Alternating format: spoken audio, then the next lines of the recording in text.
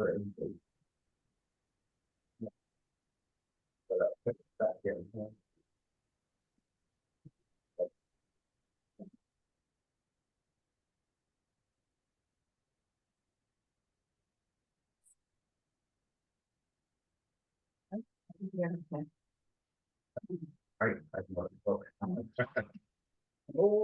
You ready to do it? Yeah.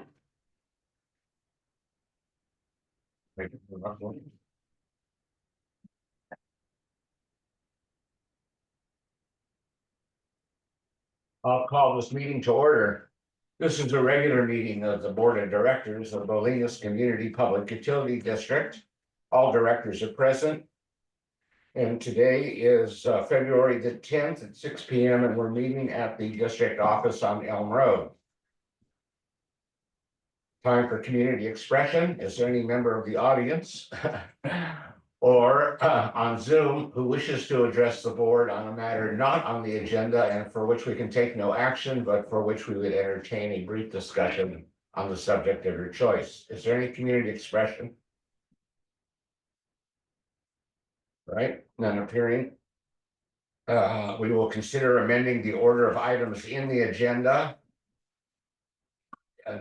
Georgia, do you have any recommendations? Yeah, can we move up the recology detailed rate review? Yes. There is basically, I was just highlighting that there is an update, so that would be item 7, but there's also additional items, which would be the number. Sorry. 17. Yeah, 17.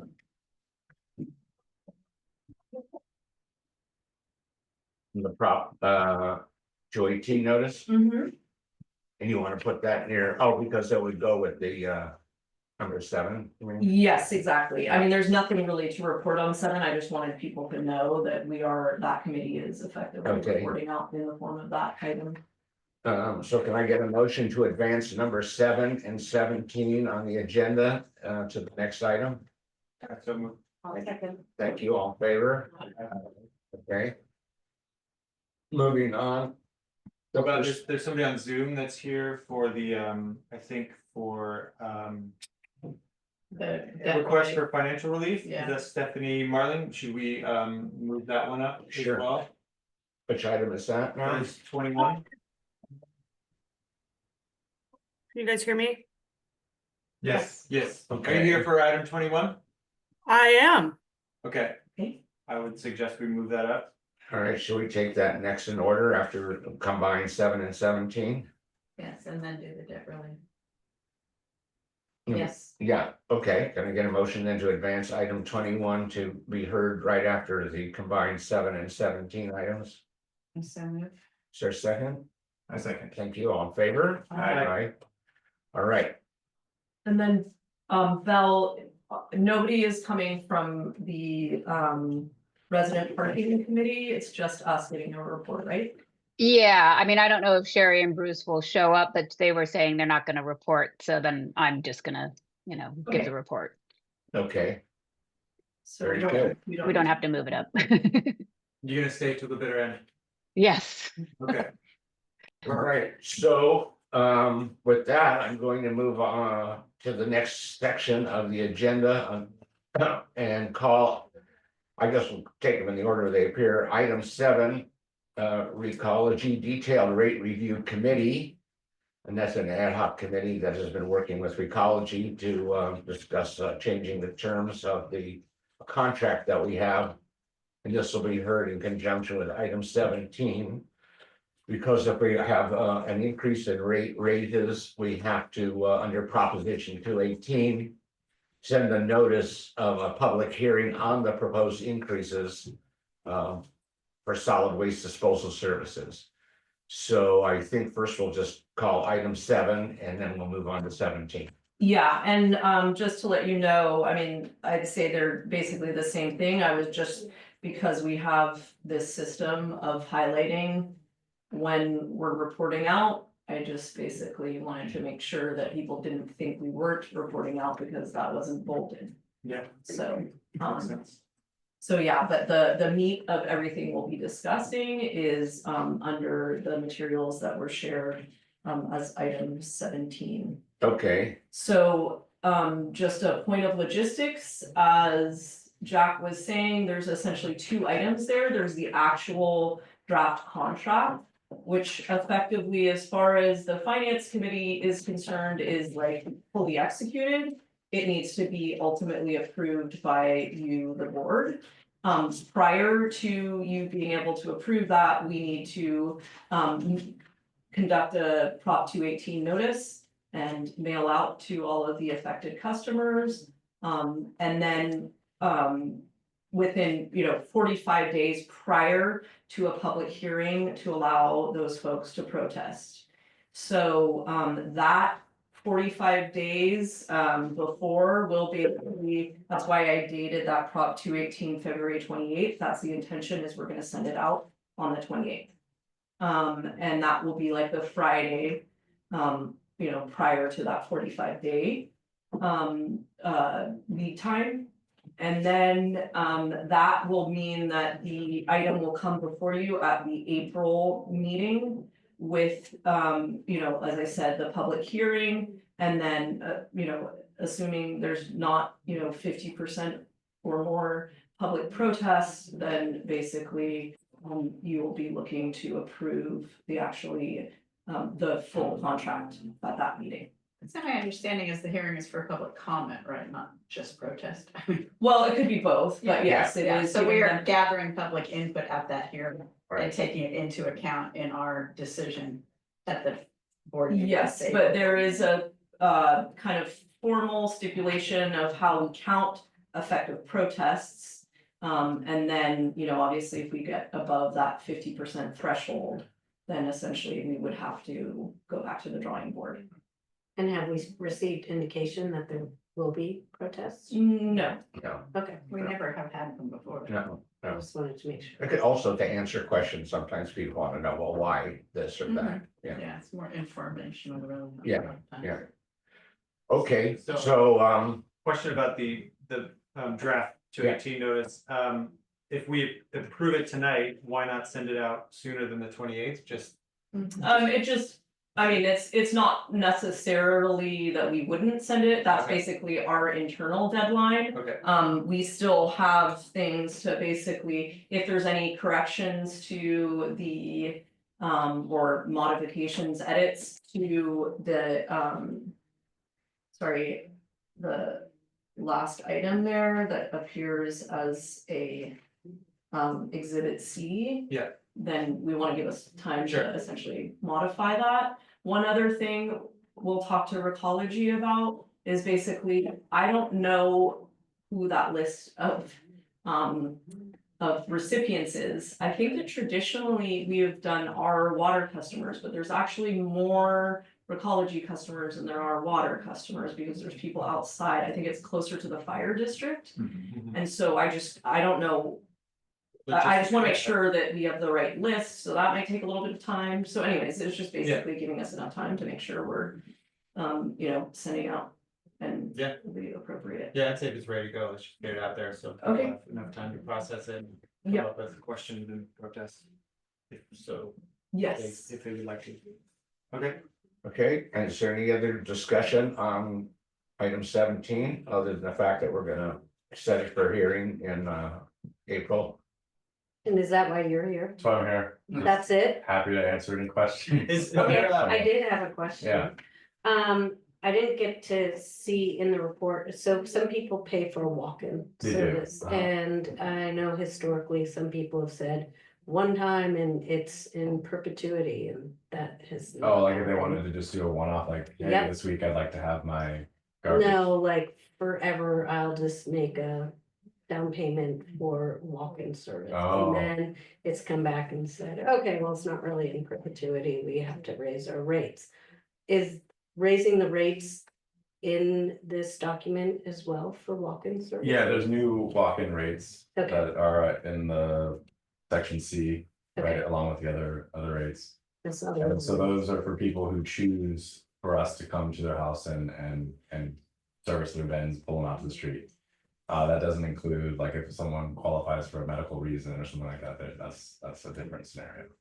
So these are just people who hey, this is maybe my second home, or, you know, I don't really want to go down the driveway, can you guys do it? And you have the option to pay that monthly. Yeah. Okay. So it's And not- any other questions?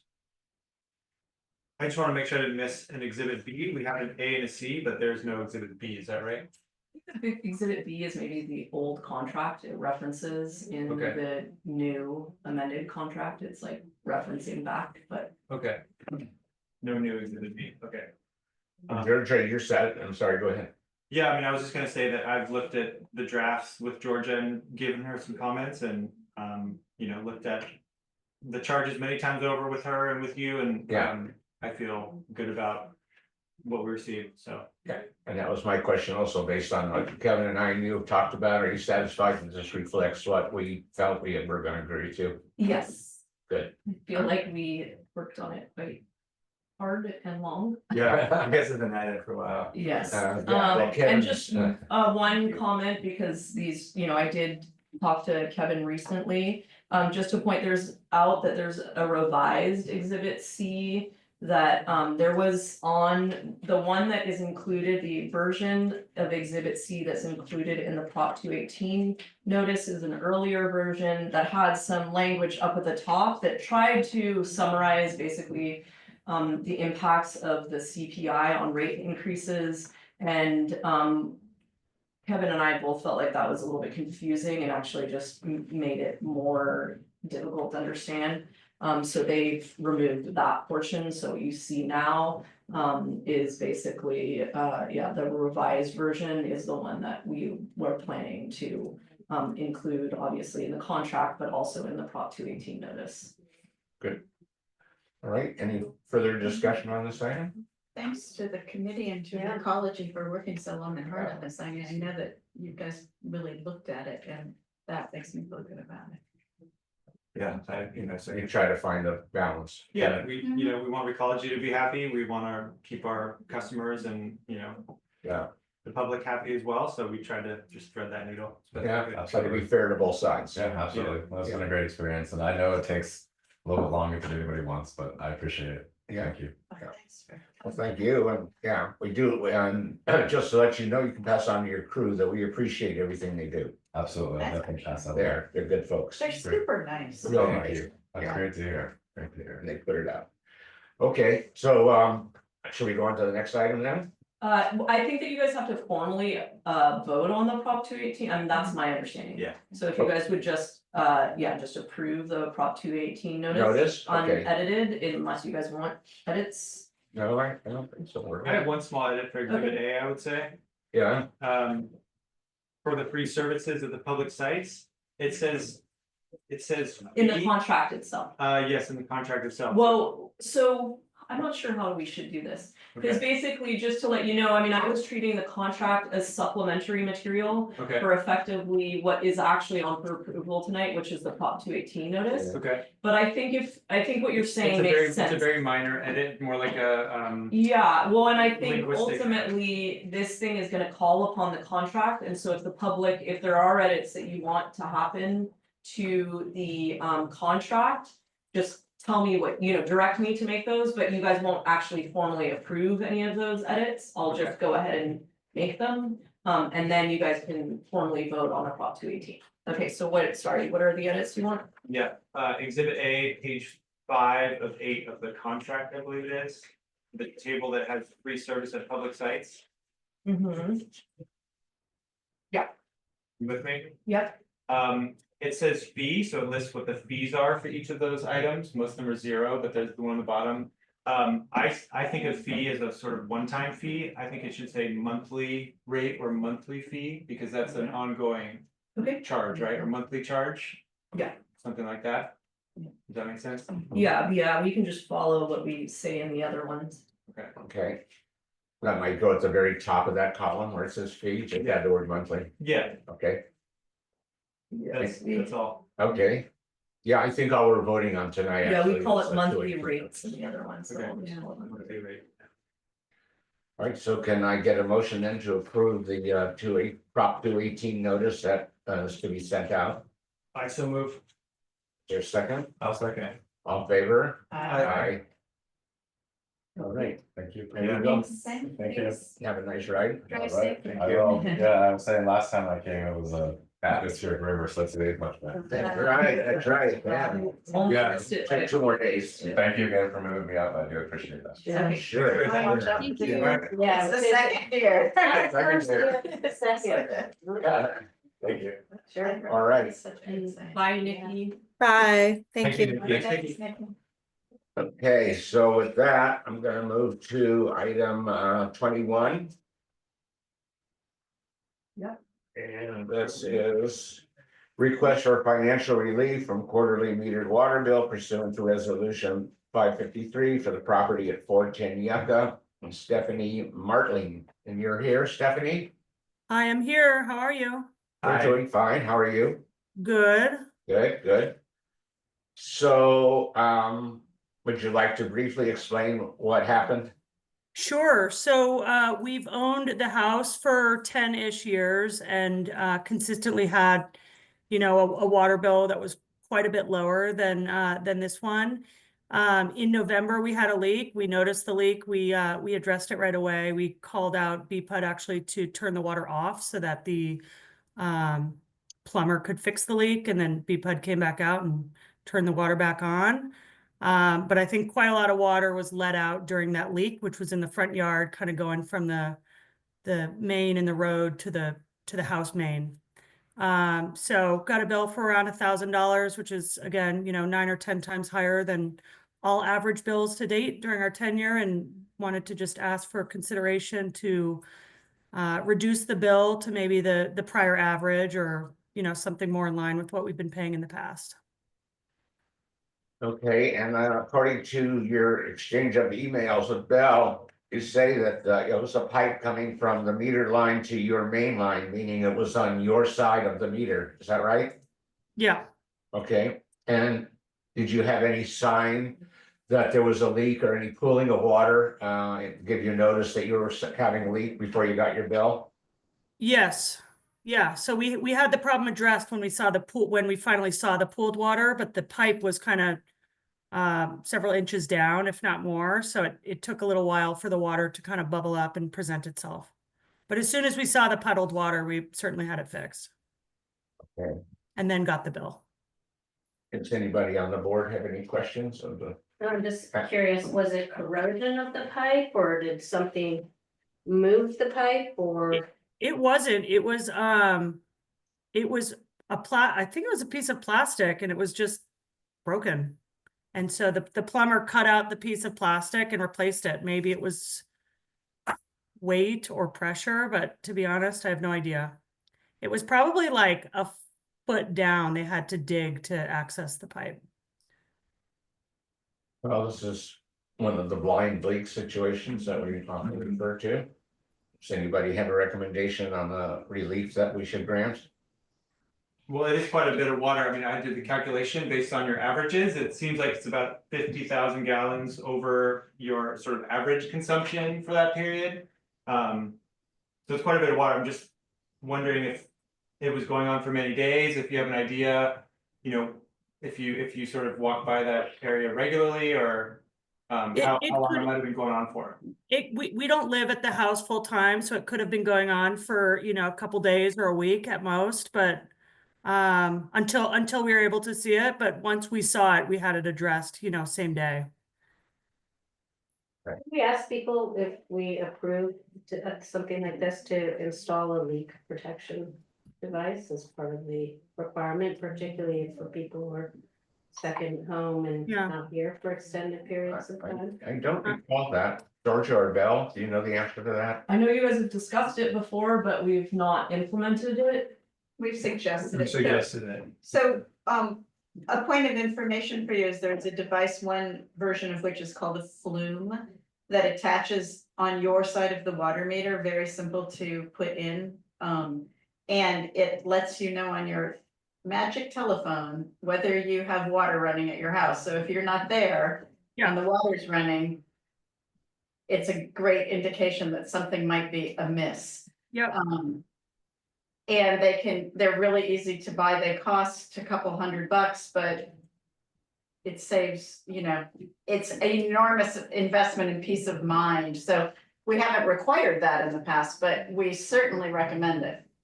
Okay, I'll check it out. Thank you. I'm sure there are other people who make similar devices, that's just one that I mean, I know about.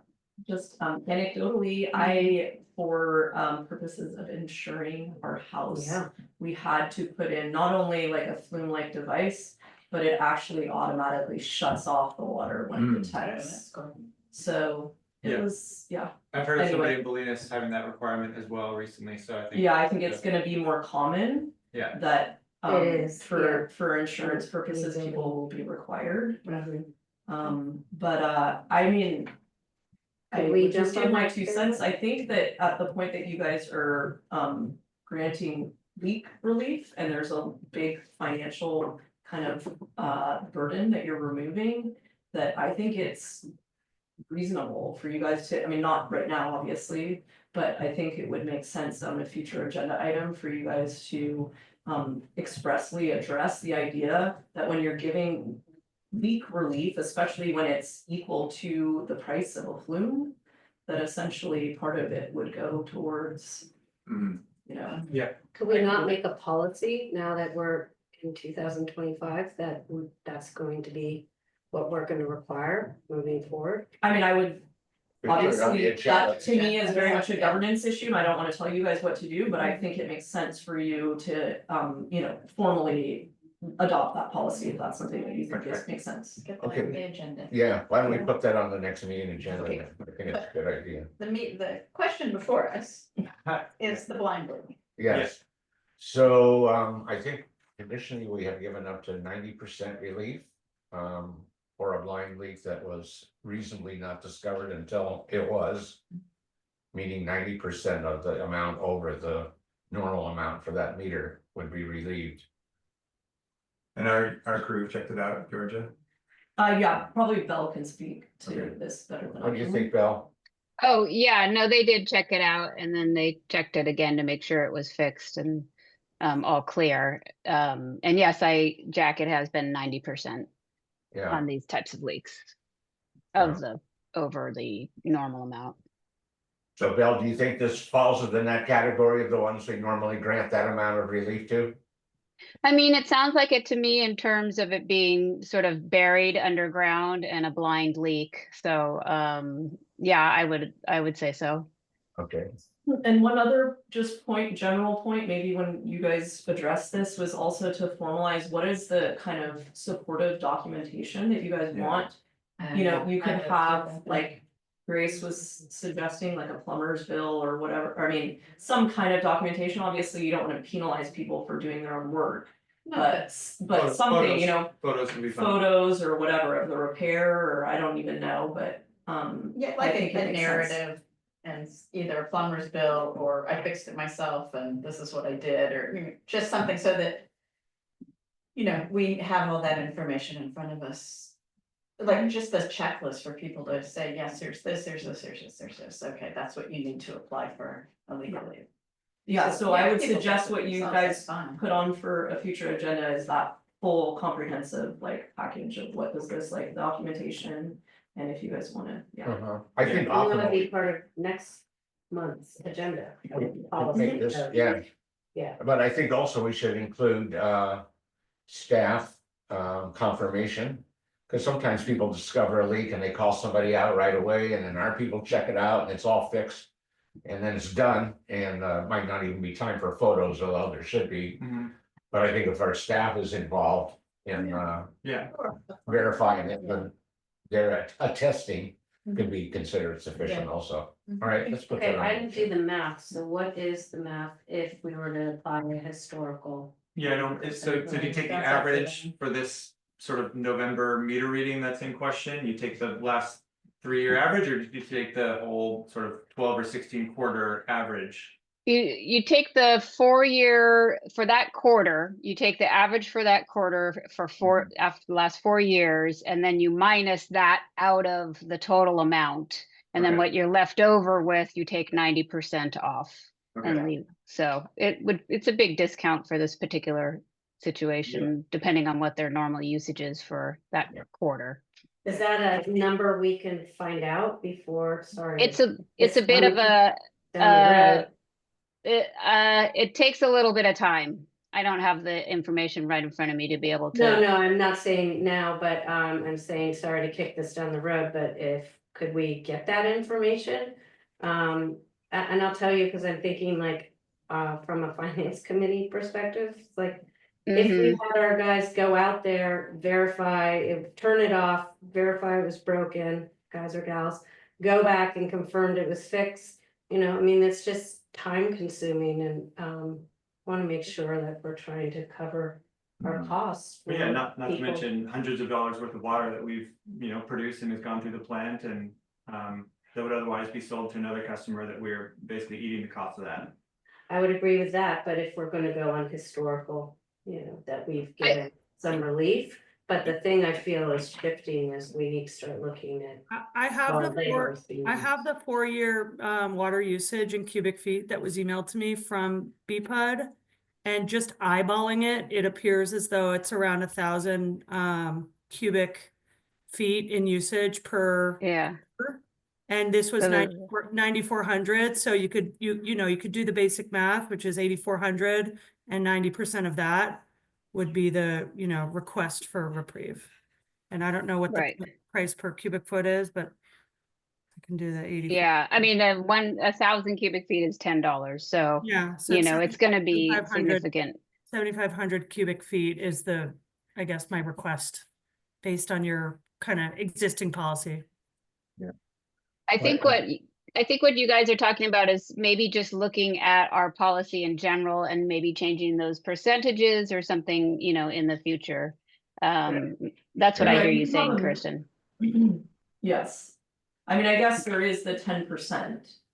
That's the reason that it got to 90 rather than 100. Yeah. For some years, we just gave 100% for a Mhm. blind leak that no one had any reason to know about until they, And then I think it was Lyndon who brought up that there's a certain cost to the district Yeah, to produce the water and to service this account, and Mhm. therefore, even if it was a completely innocent thing, that 90% was the max because of that consideration. mhm, So that's already built into the formula, at least for now. mhm. Yeah.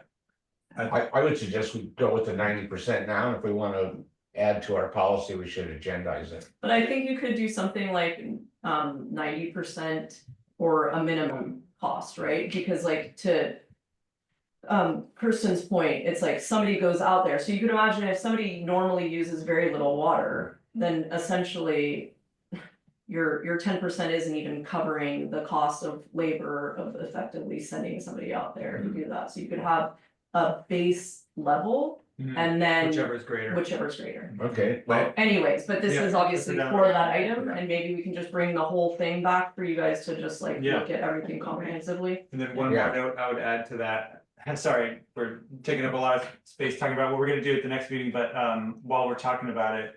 I think we've talked about in meetings before that this is a one-time offer for the property. I don't know if that's codified in the resolution, but I think it should be. I think, if you were to come back to us again in a few years, I think we would say, sorry, but we've already given you your relief and that we wouldn't offer it to you again, so I don't know I if don't that's. think that's been our history. I Really? mean, I don't remember that ever happening, but if Oh, there was we have? another blind leak, why wouldn't Really? we? Because there are things you can do to prevent blind leaks, so Well, this, hopefully. Yes, I but feel like we've talked about that in meetings. I think I've asked that question before. I think the Mhm. consensus has been, this is a one-time offer, but maybe I'm mistaken. I think you are. Repeat situations. We have had people with repeat real old plumbing on their property and just over a Or period of that's been years. mostly plumbing and irrigation rather than blind leaks. Yeah. Well, why don't we let your proposal dovetail into the agenda item Yeah. that we're talking about, because it sounds like if we are in fact gonna adopt a policy of having people who ask for this relief pay for a leak detector, then it would satisfy or at least meet your concern that, once you do it, then now you've got to do something more, and that would be the more, That would prevent them from having to come before us again. right, because then now they have a detector, so let's put. Yeah, and I'll just wait for the next. Well, maybe if there's a repeat, you get considered having to go into an LWA. I think we need to establish a new governance at the next meeting. And the precedent before us is we should grant the 90% Yeah. relief today. Yeah, I agree, yeah. yeah. The only But thing with- I feel uncomfortable about is I like numbers and I don't Mm. really have a sense of what the. I think we what could we're calculate it real into. quick, I think we could calculate, it. We have the numbers from Bell for the last 4 years, so we could just look at the November readings. I think I can figure that out, or. I understand. Bell. I understand that concern, but I think it seems arbitrary relative to the other leak relief that we've granted people where we're not scrutinizing the numbers and we're giving a percentage. You know, like. Okay, so to George's I- point, we're gonna make a policy. We're gonna change it. Yeah. Yeah, So maybe one thing that you can do, George, as we get this on the agenda for the next meeting is. Why don't you, after looking at the records, come up with your own benchmark recommendation. For the minimum threshold that you suggested, which I think is a good idea. mhm. And make a proposal that goes along with your agendized item that in no event will it be, your water charge will be less than X. Yeah. Okay, And that covers Yeah. that we're talking about.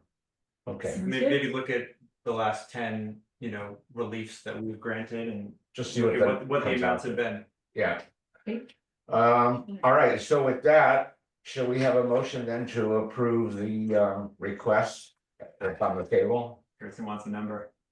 You want, Okay, I'm not gonna make a motion. I think that's I can a figure it matter out. for the staff to do. I don't Okay. think that I think we're getting way too deep in the weeds here. That's a staff, Mhm. a Okay. staff. Well, I think that's process. my point is that I would like to have had a number presented with this as part of the agenda. Well, that can be part of the checklist.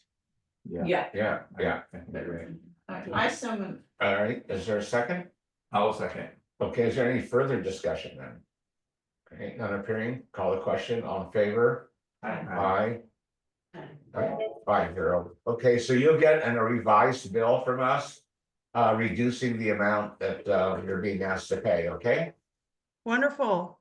Appreciate it and enjoyed the conversation too on future policy and all that. Looking forward. Yeah, to it. Yeah. we hope you'll put Forward the to flow hearing device in. Yeah. Thank you, Oh, Stephanie. Yeah, yeah, Thank you. It makes a lot of sense and it's all really interesting and important and so I enjoyed listening to all the dialogue. Thank you. Thank all you. right, thank you. Thanks. Good night. All right, so with that, I'm gonna return to the top of the agenda. Now, number 1 is manager's update. okay. Take it away.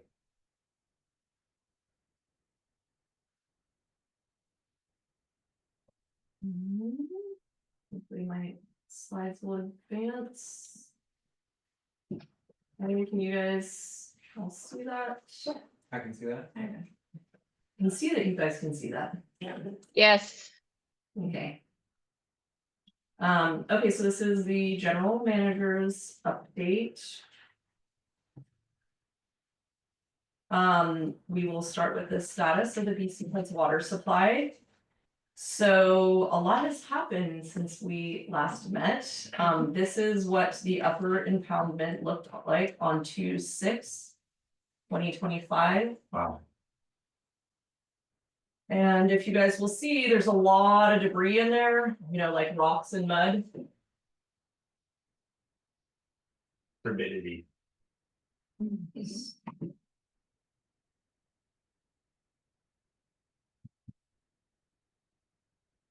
Okay, Very cool.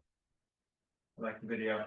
okay, Nice. so just to remind you guys, we were up on the upper impoundment for drawing water for the last several months. When that happens, we can't draw from there anymore. There's basically no reservoir. So then we had to move down to the lower. So this is moving down to the lower now to see what that looks like. And this video is a little hard to see, so I'm gonna show you a couple more of what's going on there.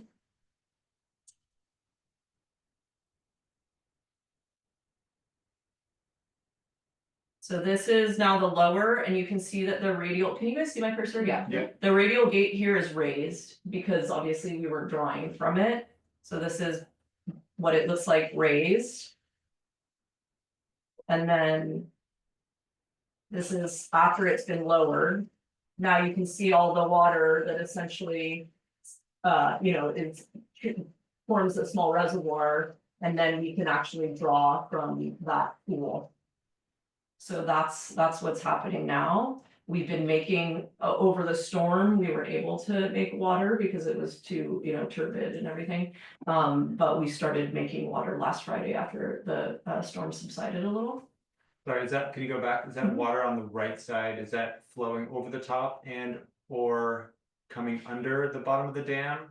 Or the gate rather? Yeah, I mean, this Check that is in. part of what needs to be addressed in the radial gate, but obviously at some point you just have overflow, right? Sure, yeah. So over the top is not actually a concern, it's No. more like all of this stuff I'm just around. wondering if it's also leaking out of the bottom. It is, right? Yeah, and or on the sides, and that was part of the radial gate assessment. Yeah, okay. And yeah, so that's basically the status of the lower dam now that, yeah, it got lowered and we're drawing from there. This is Wood Rat 1. I told you guys that last time we met, we were just in the midst of actually removing Azola from there. That finished and it happened over the course of a couple of days. I'll show you guys a video in a second. But we spent another 5,460, which means year to date, we spent $12,900 on removing Azola, and that was like our plan was to try to do a couple of removals throughout the year. I think we still need to kind of figure that out and maybe try to get into a contract with these folks to have like a yearly Yes. do not exceed type thing and just essentially ensure, yeah, I don't know. That's essentially what we're planning to do is work with them on kind of a yearly like routine, basically. And we didn't draw any water from that reservoir this year, right? We have, We have. yeah, but it was for like a few days in October. Okay. And that was, yeah, it was in this period where, when we moved up to the upper and the flows were getting too low at the lower and we hadn't moved up yet to the upper, so there were a few days in October. Too bad we can't sell it. I know, I was just thinking of Bill All that. Nyland's idea. All that, Can what? What'd you say? You better can what? sell it, all that biological Oh, material, yeah. it seems The like, Azola, yeah. yeah, Pigs like it. Yeah, it's good for chickens like. Yeah, it's very And it's good good for, fertilizer. I mean, at some point we were, the merches were taking some. Mhm. Yeah, their chickens like it. so Yeah. just remind me, you said that we had a budget and we're within that budget? Well, we had a budget and, but we hadn't fully budgeted this year. But my intention was for next fiscal year to have it like a line item budget for Azola removal. Okay, But then, yeah, my intention beyond that was to basically go to them to actually, yeah, have them effectively service it for a year's worth where it would be strategically, I mean, the other thing is just to strategically place the removal, like, I don't know exactly where that point is, but I could imagine if you kind of get it right as its exponential growth, like ideally you could have it be like a single day of removal at 2 different points in year, but I don't know. I mean, basically that was our intention here and it took 2 days. And I'll show you in a second why that was. So this, if you guys, can you see that? Yeah. Okay, that was after a day of them already having removed it and they basically provide this video and are like, there's still quite a bit out there and we need another day. So, and then this is our drone shot today of what it looks like removed. Just to point out, right now, this is kind of also again why we're excited to get the wells on, is like when the water was too turbid at the in the creek. Unfortunately, you can see this also looks super muddy and basically Stu was like, we don't want to be using reservoir water right now. So, yeah, so that's like, hopefully when we have the wells online, we'll be able to basically, for a couple of days when the creek is too turbid, move there instead of here. But again, this brings up this broader question of like, how much money are we putting towards the reservoirs and to what end, It's just like, I mean, it's hard right now to not kind of remember how essential they are during drought. But when you're just in the normal throes of operation, it feels like really wasteful to spend so much money on effectively the source that is pretty poor, so we are reticent to even use it, you know, and it's like. Is there a broader plan to improve water quality and just kind of really bring it more into our operational flow, like we use it even when we don't need to, because that improves water quality. Anyway, so we haven't addressed that. but Are there there's- other users that we could be charging to come in and use it? I don't know who that would be. I don't know. I don't even know if regulatorily we're allowed to do that. I mean, because basically we have a water license that governs our use of the I'm just looking for an reservoir. opportunity to recycle it, as you say, Yes. because that will be healthier and to make some money. Yes, in the and process. I mean, who knows where this will go, but we worked with RCAC, which is, you know, a grant consulting firm that is effectively works with rural districts, and that was one, we put two basically grant projects on our list of, hey, we'd love to do this. One is a feasibility study related to how could we improve water quality in our reservoirs. The other one is like construction ready projects to replace piping.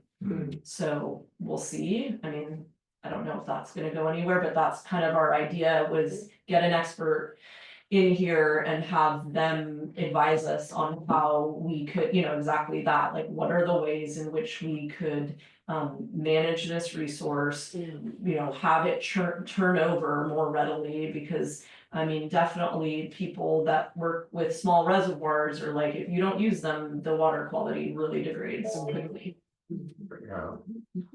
I'm not answering these because we have an emergency service, so if somebody's on call, this number will, you know, but hopefully that doesn't mean that we're having some emergency.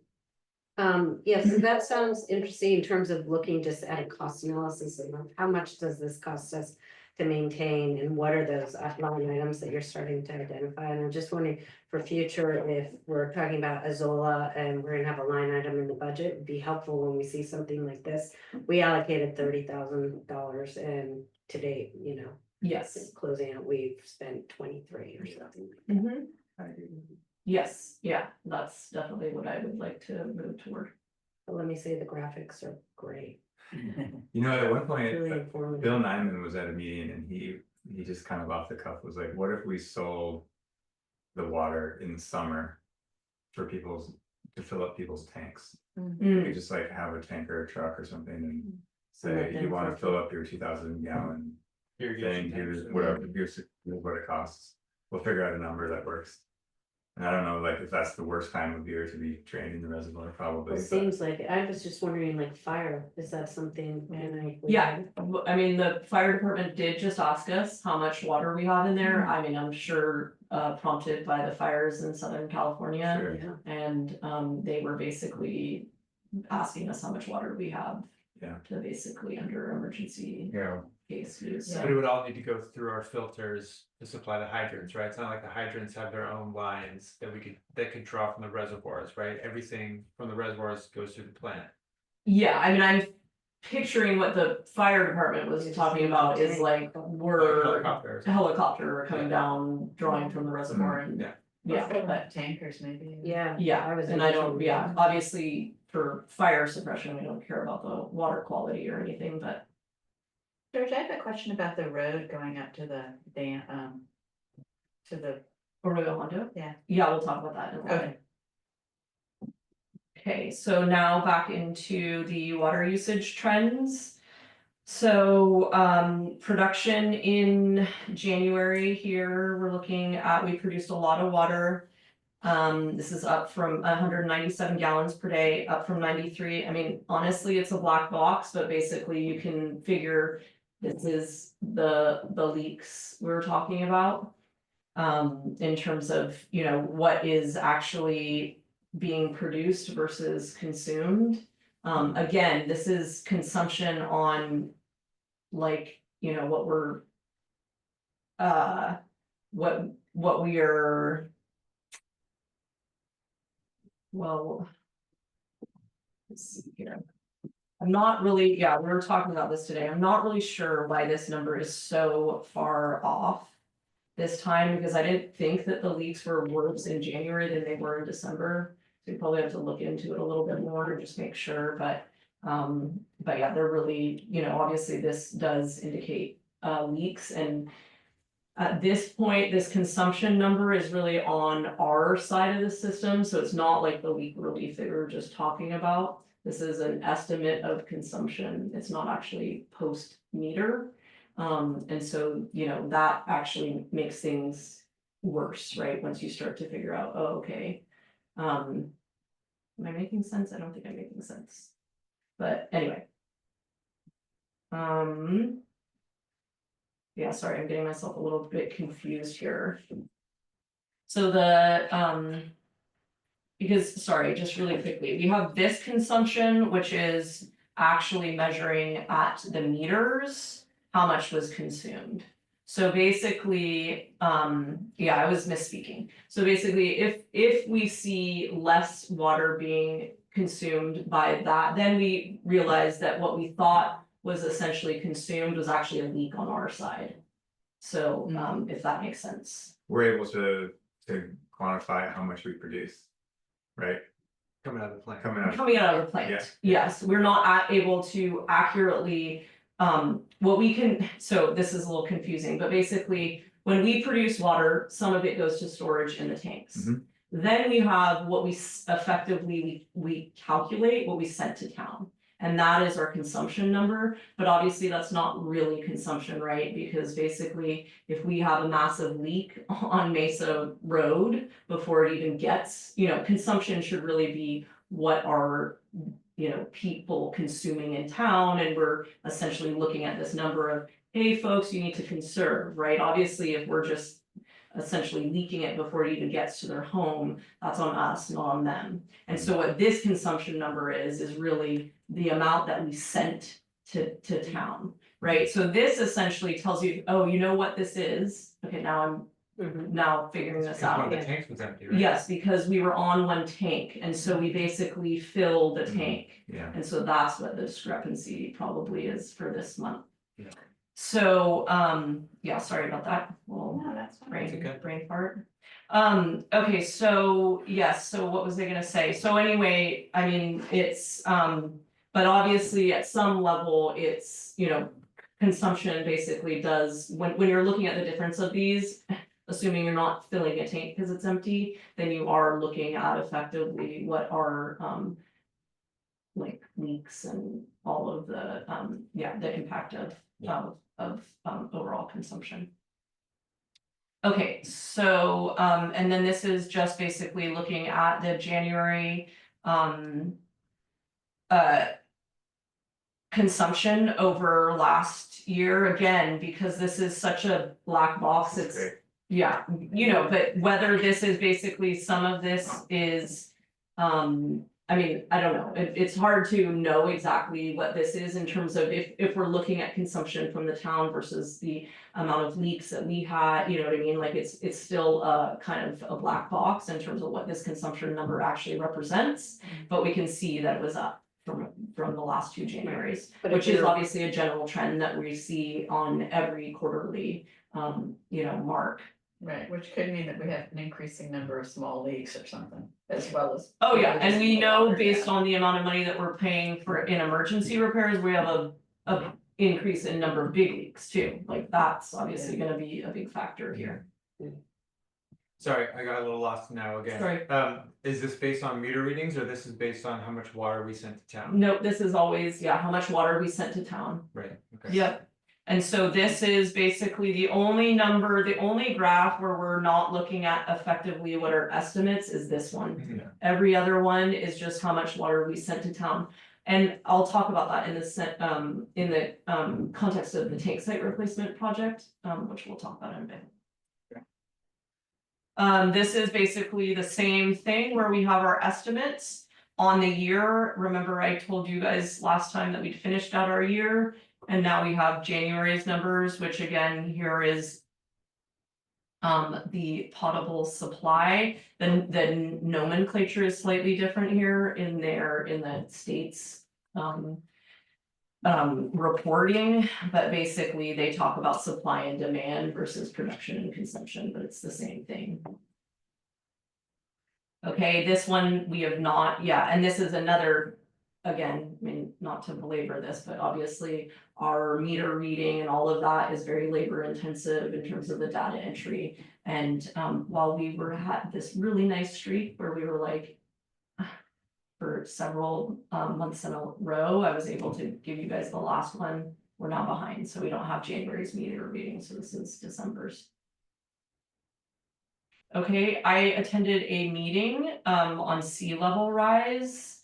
Recently, this was Marin County's sea level rise adaptation planning meeting. It's led by a consulting group, ACOM, I think is what they call themselves. I don't know, AECOM.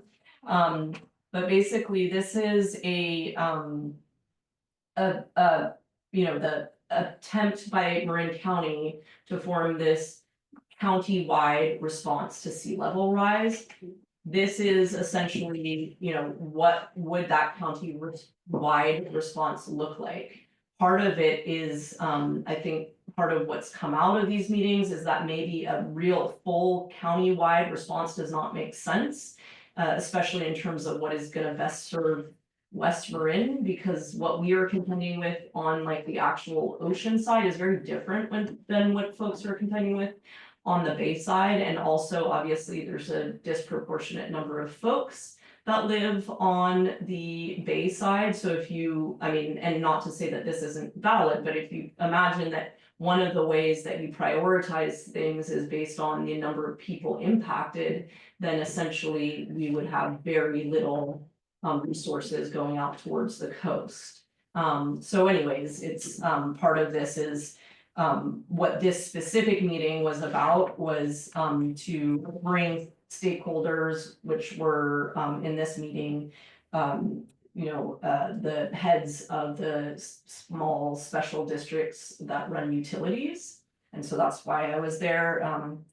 Andrew was also there. I think it was an interesting meeting in terms of, you know, what are we doing and how is kind of sea level rise raising to the point that you're like discussing it in meetings like this. So I just wanted to, because I mean, you go to a meeting like that and you do feel a little guilty about like, are we thinking about this enough? So I did want to spend, given that I was like, okay, I attended this meeting, I'm like, if I'm gonna talk about it, I might as well use this as an opportunity to just, at least in our consciousness, get this like a little bit more to the front of what we think about. But basically, this is their project schedule. They're here, again, this is when you could see this engagement. You know, they're obviously engaging with a lot of different stakeholders. This was just one of their many meetings. And just to give you a sense of the type of things that we were talking about, it was like a discussion, a kind of free-flowing discussion where we went around and around table. It's like on a scale of 1 to 10, how well does your agency understand the risk of sea level rise? On a scale of 1 to 10, how high, low of a priority is sea level rise adaptation for your agency, for your customers? Are your agencies working on sea level rise related projects or studies? What are your preliminary challenges related to sea level rise adaptation planning? What kind of additional support does your agency need? This was like first kind of probing us for like, is it, you know, impacting us? And then basically a lot of these questions are related to, you know, how can we help? What is this adaptation plan gonna really look like from, you know, the county's perspective? A lot of it was like, do you think that the county is the right sort of entity to be leading this? Or should there be a formation of a independent body? Anyway, so I think it was interesting. I think the consensus is that all of us are very overwhelmed with like other stuff. And so, and also sort of this idea that sea level rise obviously is such a broad issue that is, like if you look at, as an example, the way that I see us most concretely contending with this is really like wharf and our sewer infrastructure down there. But it's like, we can't really do that without a total cooperation on the part of the county. Because it's like, yeah, our infrastructure is sitting in a road.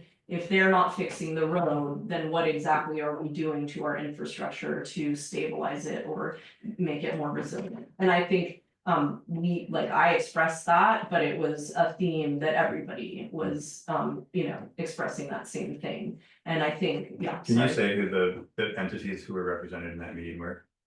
Um, Right here. yeah, I mean, as far as individuals, I mean, Well, I don't think this group knows who was in that meeting. oh, okay, yeah, the heads of the small utilities that I was referring to are basically Muir Beach, Inverness, North, sorry, what is it? Marin North Bay, it's basically Novato and the extension out to Point Reyes and Stinson. Stinson. Is there anybody What's else? Tomales and Marshall, do they have, what do they have? Yeah, they do, they're also, I think they were also in there, so there was like Dillon Beach. They have a representative there, so yeah, there's all of these different, I mean, it was all water districts, but some of, I think maybe we were the only one. And us and Stinson are the only one that basically have dual roles in sewer and water. Because everybody else is on septic. That's basically because we're in rural areas. Interestingly, like I've gone to other ones of these sea level planning where it was like more broadly, it wasn't West Marin focused, it was water general managers of water district on the Bay side. And I would say one of the points that we were making in that meeting is like we were all water district, obviously we are sewer and water. But the general consensus is that these types of the sea level rise is gonna have more of an impact on sewer systems than it will water systems. Water systems are under pressure. Sewer systems are effectively have all kinds of water intrusion and they tend to be lower lying anyway. So and I don't think, when I think about our own vulnerabilities in terms of sea level rise, I mean, we obviously have vulnerabilities related to water corrosion on Wharf. But those seem like they're, easier when I think about like our lift station and all of the I that's entering our system and will get much worse with sea level rise, like definitely the vulnerabilities on our sewer system are very pronounced. And then, of course, we have the OPC grant. This was mentioned in the meeting too, the Ocean Protection Council grant. A big part of that, it's all a sea level rise, that grant is specifically to address wastewater issues for sea level rise, like the kind of the little entity that we were in is all around addressing that specific issue. So, we have, at least, compared to some of the folks on this call, we actually have some grant funds to start addressing this. But anyway. Okay, so moving to, no questions. Well, Okay. I think I'll just say, having been on the opening meeting of the Sea Level Rise Steering Committee with like basically all of the mayors of the small towns in Marin. And then having a couple one-on-one meetings with ACOM. And then attending this meeting, I thought the West Marin contingent was like way more cohesive of a group, way more on board with the challenges and the things that are going well, the things that are going not so well, the things that are going to become issues. Like I just left the meeting thinking, wow, this is like a really good group, and everybody, like there was no ego in the room, there was just this like collective, yeah, these are things that we're gonna have to deal with. We're not really equipped to deal with them right now, but we're gonna have to. And so there was no like aspirational, like, yeah, let's fight sea level rise. It was like, this is the challenges to our district specifically, and what Stinson is doing and maybe applies to what we're doing in Inverness. And so there was like, it felt very collaborative and very like a good team. So I was impressed with the meeting. I just kind of sat back and listened, but I was impressed. I was impressed with it. And there's a lot of challenges. Like county, I don't think is in a place to like create governance and implement it for sea level rise right now. Well, I don't think they would admit that, but I think that's probably the truth. Mhm. And so it's a really difficult, Just like it's a bragging opportunity from this community or these communities who are living here and in it and are aware of the yeah, challenges and can help. I think have that so. right, and discussion. you wonder if there can be some kind of economies of scale, you know, if you're hiring consultants or if you're Yeah. buying materials or whatever that might be, I'm just talking at the top of my head here, but. Mm. If there, it's nice to hear that. It's a good working group. It doesn't surprise me, but I'm happy, Yeah, and. I think the real challenge that I see is just where all these tiny little districts with these extremely expensive projects potentially. yeah, You know, it's like, how can we use our, you know, in unity, there's strength, how can we Yeah. band together how are and we gonna try to help each other a little bit? Mhm. cash? Well, and the state's got a really big problem down in Southern California right now, and their budget's gonna be pretty tied up That's for a true. while, I think, you know, we can't Yeah. count on them, I don't think much. It's also interesting to like think about like Stinson, Muir Beach, Inverness. Us, like we are governed by the Coastal Commission, but like Sausalito, San Rafael, Corte Madera, and Nevada, those, they're governed by a completely different entity Yeah. of the Bay Conservation Right, BCPUD, right? Development Commission. So it's very challenging to get a permit, but it's also like, in a way, it's completely unrelated, and Yeah, you could say like, we don't care about that in some regards, like we're not gonna go through the same process to work with them. But what I'm seeing is like towns like San Rafael, or like the Canal District in San Rafael and Corte Madera have like almost completed these sea level rise plans, and like they should just share them. Like, Yeah. here's the consultants we used, here's what we came up with, Yeah. here's the challenges, because think about all those towns, it's like Highway 101, it Yeah. floods, right? Like Tam Junction, Sausalito, like, Mhm. and sea level rise, the famous quote is like, sea level rise and climate change has no border, doesn't matter. And so I think they're starting to realize like, oh, it's like a big Venn diagram, like these towns can kind of piggyback on the same research and planning. And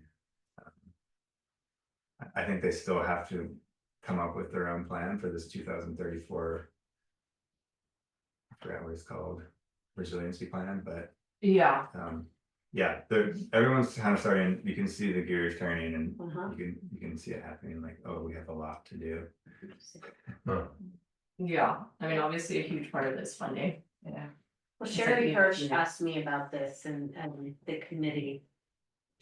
You signed up to reporting, so should I direct her or people like that to, you could listen to the presentation tonight and. I'm just wondering how we get this information out that people wanna be more involved. Yeah, I wonder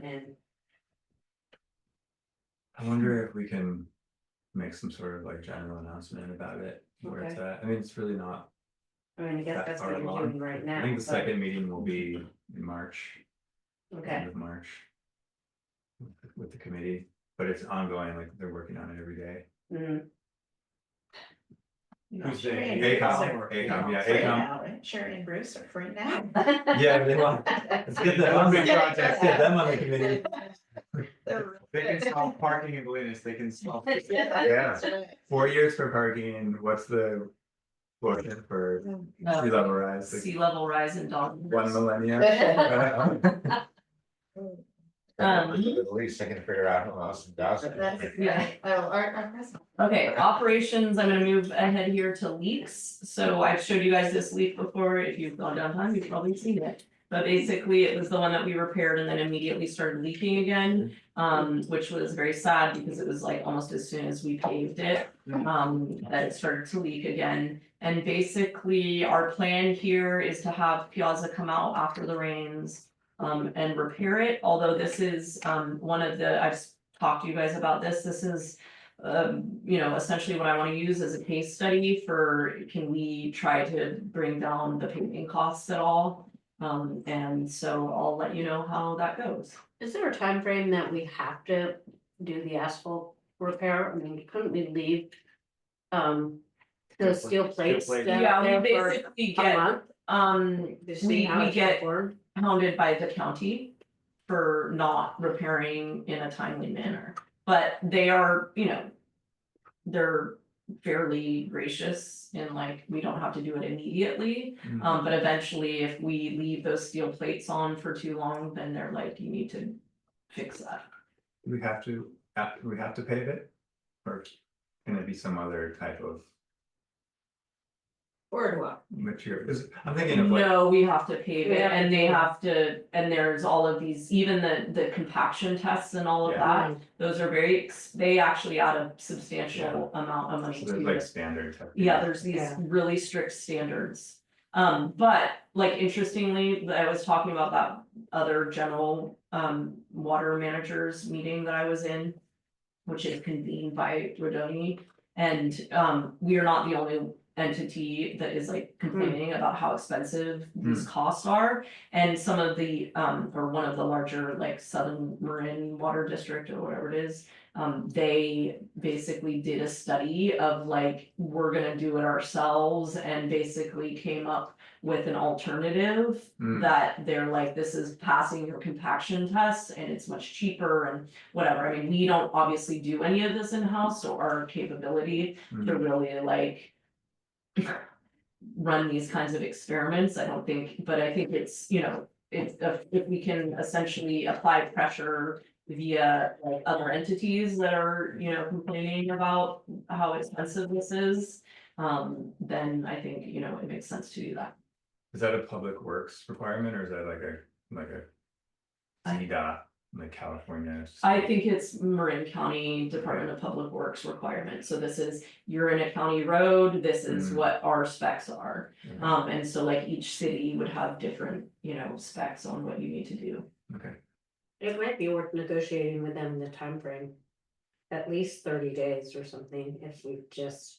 to make Yeah, I sure mean, I that don't our even know what our fixes- average time is, we definitely often have steel plates on there for a while. I can ask Stu, like as to what our, you know, I basically, it's not it's like essentially what we do is.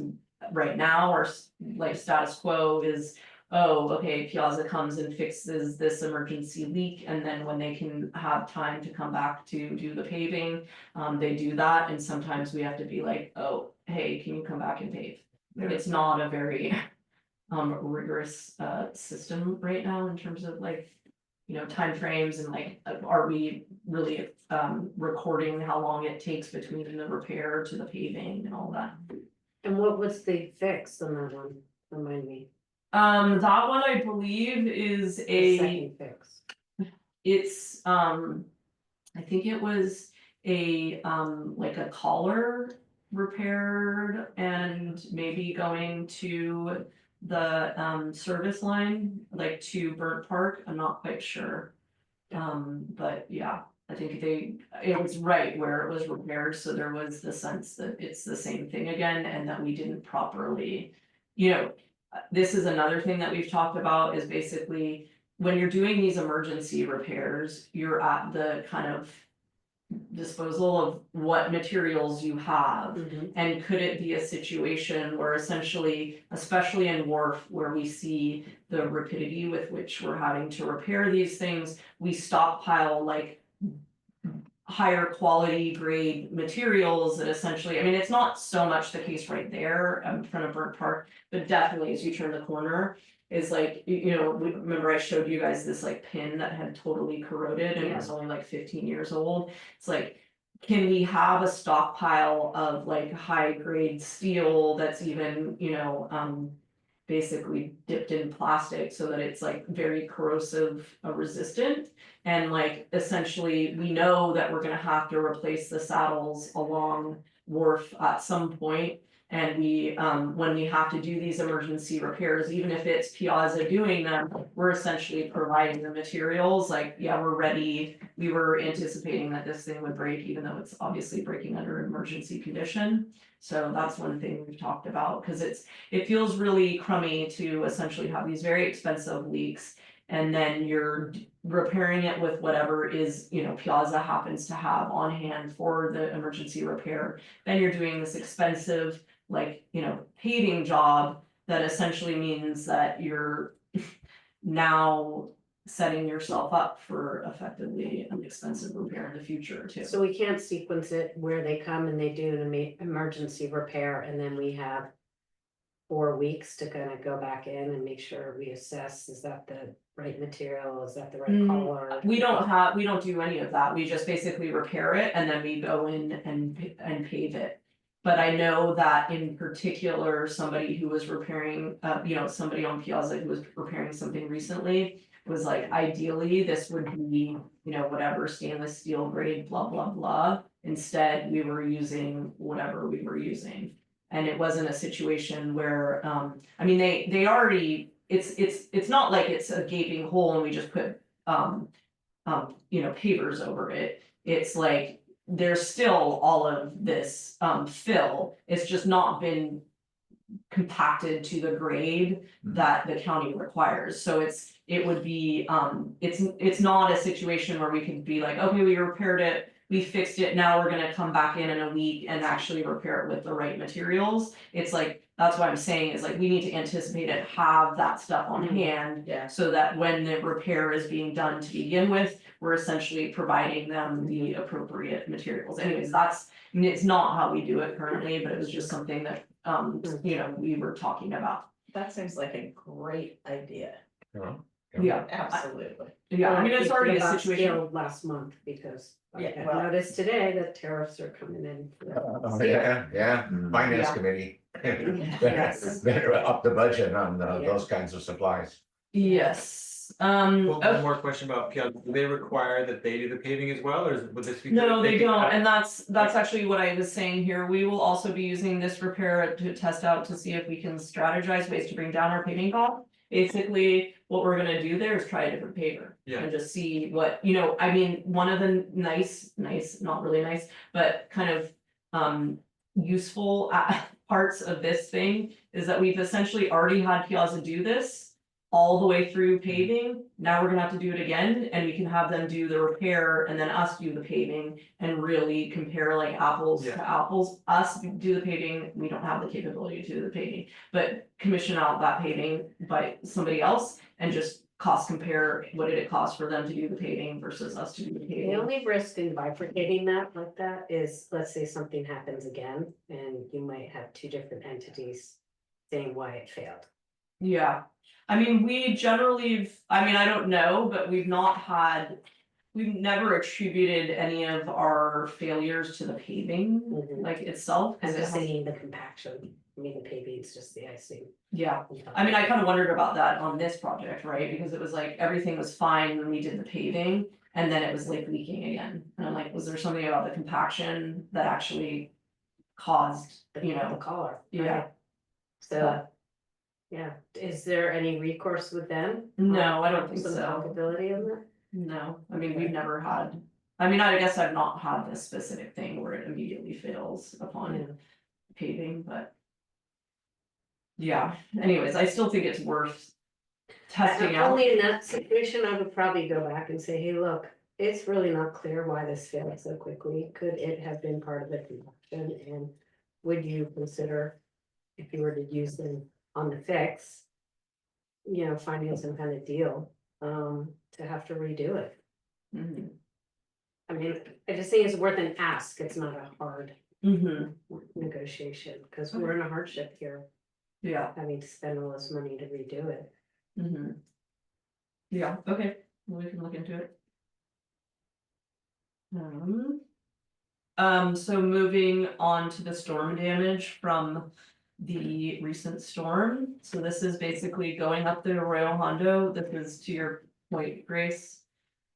There's some major slides and some damage to culverts. This in particular is looking down one of the culverts, what we refer to as the double barrel. They're basically two culverts lined up next to each other. And actually it's really more like four culverts because this span, I guess a culvert is about 20 feet. And the span of these is longer than that, so it's like a culvert and a half. And you can see the seam between the two here. Failed, and this is basically the under here. I'll just play a little video so you guys can see what we're dealing with.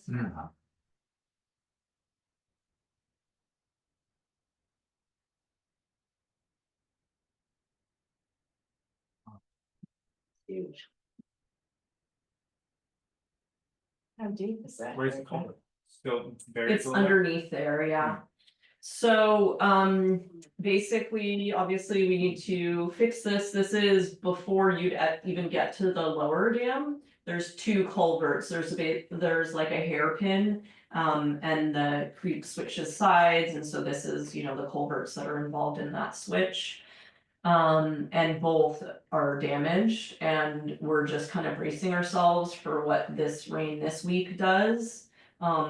Effectively, this is also gets into the National Park Service and what can we do in terms of just emergency repair without getting a formal use permit from them. So anyways, but our intention is to fix this. Right now, it's looking like a replacement of this culvert, and that we would work with Don Murch to have this work done. So I'll obviously keep you updated, and I'll email you guys if there's anything drastic that happens this week. Hopefully you won't receive any emails from me. So if that road's completely closed, how does that affect our operations? Well, we usually bank on not being able this time of year to drive a truck up there, so most of what we do is all like, you know, I mean, obviously it's nice to be able to drive a truck all the way up there. Right now, obviously, you see, you can't drive a truck up there, so it doesn't, you know, depending on what's going on, obviously there could be emergencies where it would be drastically impact our ability to, you know, provide water. Right now, under normal operations, by foot, we can do everything that we need to do.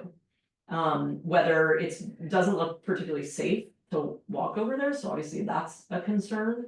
And that's also why we sent out this alert on Nextdoor. A lot of people just hike out there and basically telling people don't hike out there right now. We'll try to put up a sign tomorrow to essentially tell people. I mean, it's really, you know, and it's deceptively thin. I think the problem is that you don't really realize that you're kind of walking over thin ice there. So definitely get the word out to people not to hike there right now. Yeah, I was wondering how cooperative the Park Service is for these kind of things. I don't really know, and it's kind of new territory for me, and I've been working with them on a special use permit related to the radial gate. And they were not getting back to me in a timely manner, and I essentially emailed them about this. And I was like, hey, we need to do emergency repairs like right now. And they got back to me with effectively a basic special, not special use, but like essentially, you know, you have the rights with your existing, I mean, it's not really an easement. And that's kind of what they're working on, is to try to put a more formal easement in place. But right now, they essentially send me, or just sent me this letter to say, hey, you can do your normal emergency repairs and operations in the park, and that serves like, you know, in our normal emergency repairs, whatever that would look like. This thing right here essentially is potentially rising to a different level, where essentially the person that I communicate with at the parks is like, can you submit a special use permit for me to look at it and figure out what you guys are describing? And then based on that, I can decide whether it's under this like, you know, broad umbrella, yeah, you can do that, versus no, we need, you know, we need a formal special use permit. I think the important thing for us to convey to them, or for me to convey to them, is like, that's fine, but we can't have, you know, obviously this is effectively an emergency. We can't be in this track where it's like, you know, I'm sending you monthly reminders like, hey, I still haven't heard back. Like, that's obviously, this is not the same as assessing the radial gate. And obviously it was irritating, but my sense of urgency was like, okay, well, we've already kind of gotten past the point where the water is too high now for us to do this work or whatever. But anyway. So, yeah, it's difficult, and if, I mean, I would, one of the things that I was talking, in the office about is like, it should be similar to what we have going with the DPW in the county. Like effectively, when we have a real, we have to seek encroachment permits to do any work in the county roads.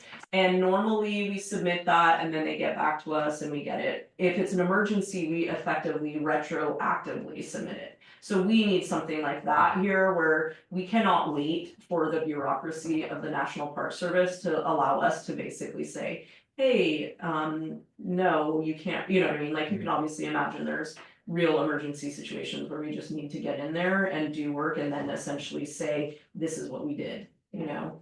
So anyway, Yeah. it's that's always been a complicated, concern, but, Yeah, By the way, further, you've got the T and the H reversed. oh, if you're, what is it? You're, Please. Oh, I for remember. further. Yeah, Oh, me. Oh, yes, okay, I was like, that's not like Annie. Mhm. Yeah, but it's definitely like me, okay. Okay, the operations updates continued, the well project. As you guys have probably noticed, there's now a Connex box in the Mesa Park parking lot. That is obviously for furtherance of our resource recovery well project. That all seems to be moving along. We did walkthroughs this morning with Mesa Electric. For both well projects here and down at 31 Wharf, not here, there in the picture. At Mesa Park. We still need to prepare this revised budget to try to garner some more funds from DWR for essentially the overages associated with this project. so that Any that questions? container is like a semi-permanent, that's where the filters are located, is that? Yeah, it's gonna be the UV treatment is located in there and also yeah, and the chlorinator. And then there'll be adjacent to this, on this particular site, there's gonna be 2 tanks, one for the raw water, one for the treated water. And then there'll be 2 pumps associated with them because basically we're delivering that water back into the main that's under pressure, so we need to, pressurize the water. Mhm. Is this the whole thing sort of fenced off eventually, or? Yep. Yeah. Yep. Okay. Yeah, so we are basically just ordering the fencing now. This whole thing will get, that whole portion of the parking lot gets cordoned off with the entirety of our project within that border. Okay, so this project is basically all systems go, we have everything we need to get it done. Just a matter of doing it, except for the funding, but whereas the downtown, maybe you'll get to that one next. The downtown is still sort of tied up in easements and Yeah. paperwork and, yeah. Yeah, I'm not gonna really get into it so much. We have some items that are related to this Right. later on. But yes, I basically am still working on the 31 Wharf, but that one's slower in terms of, but actually what's on here tonight is actually related to 31 Wharf, right? So. Right. So is this expected to be online by the summer if we were to need it in an emergency drought Yeah, condition? ideally, this one should be online within the next, I mean, we have a schedule, I should have presented that to you, but I didn't put that here. We have a revised schedule that I presented to WR to just say, hey, despite the fact that we had all these permitting delays, this is our new revised schedule, which has us meeting, the grant deadline in time, and which is again September 30. So, yeah, but we this, I don't envision that there should be any issues. The 31 Wharf, there's no way that that's getting done in time for the September 30. It's just way too interconnected with Habitat's complicated development. And so what I've proposed and what we're doing is basically a phased approach to try to take advantage of those grant funds as much as possible so that we can finish phase 1, phase 2, and then ultimately, phase 3 and 4 are totally dependent on them moving forward with their project. And that's just realistically not gonna happen before the September 30 deadline. That's great that one's moving so Yes. quickly.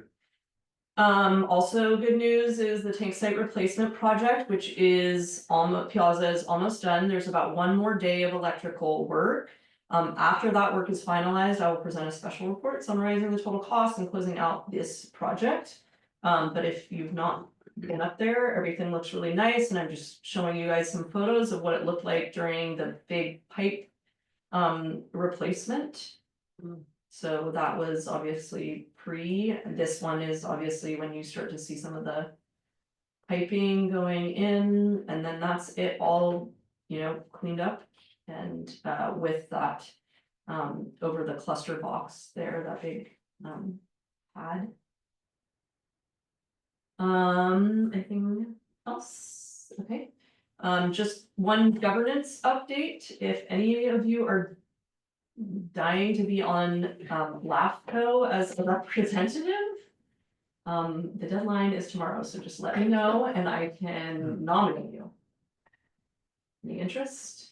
I don't actually know what that means. I saw this on the agenda, so I looked at LAFCO. I don't know much about them. They sort of authorize and manage special districts in California, and each county has their own LAFCO. Yeah, So they're looking for a special district representative to join the LAFCO governance team, I guess, yeah, to do what? I mean, think to so. do LAFCO stuff. Okay. No, I mean, I honestly don't really know, except for in very general terms. This is basically, there's always these like pressures to combine districts and essentially like impinge upon, I think there's a tendency for more and more districts to form.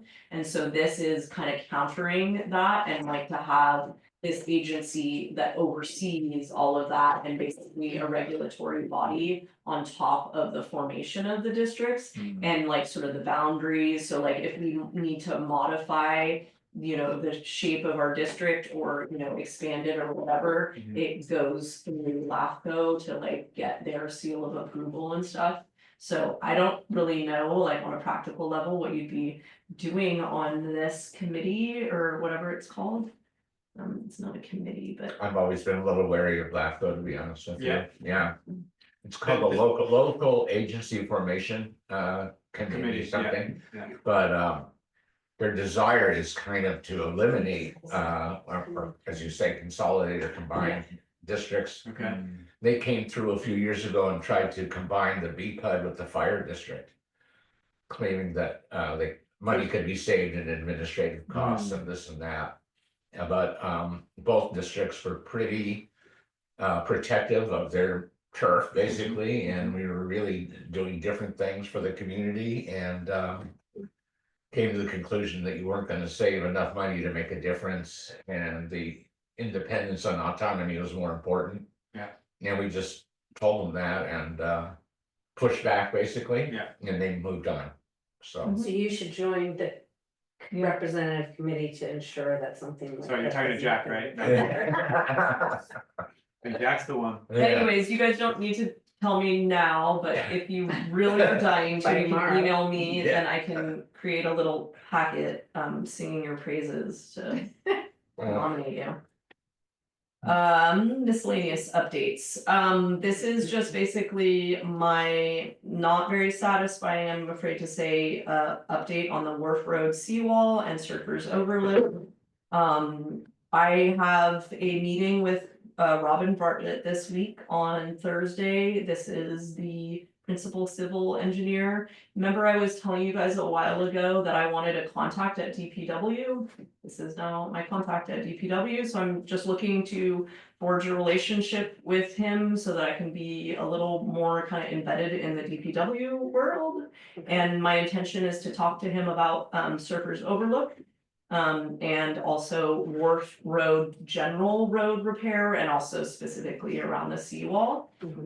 And I also just included this because, when I emailed him, I was like, when we had, when I drafted the letter that you guys are effectively signatories on to, respond to the county around their proposed, CDA around their proposed amendments to the local coastal program regarding environmental,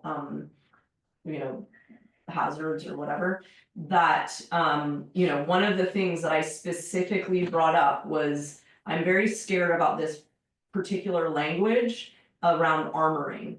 And how that is gonna impact DPW's own projects to essentially shore up roads within the county, including Wharf Road. So I brought this to his attention in that email, and I hope to also discuss this. I think it's really important. I think that there's a tendency for the county, you know, it's pretty sprawling. And there's a tendency for these agencies to get pretty siloed. And I'm just curious to what extent CDA is writing language that effectively is going to make it very difficult for their own, you know, DPW to essentially do public works projects. Anyway, so yeah, I'll let you guys know how that goes, but it's my first trip over to the county too. So like, I mean, I've had so many meetings with people via Zoom, but I'm excited to go there in person. Yeah. Yeah. Nice. Great building. Right, right. Thanks for doing that. I hope Give it's a- yourself a lot of time, because it's hard to navigate. Oh, I know, Where right? you're gonna go, right? It's like There's such usually a pretty good art fortress. exhibits, Yeah. You're Okay. surprising. really good, Mhm. actually. And the library is cool. Oh, yeah. Okay, So so that's. that ends manager's update, Mm-hmm. public hearings, let's see for notices, there are none.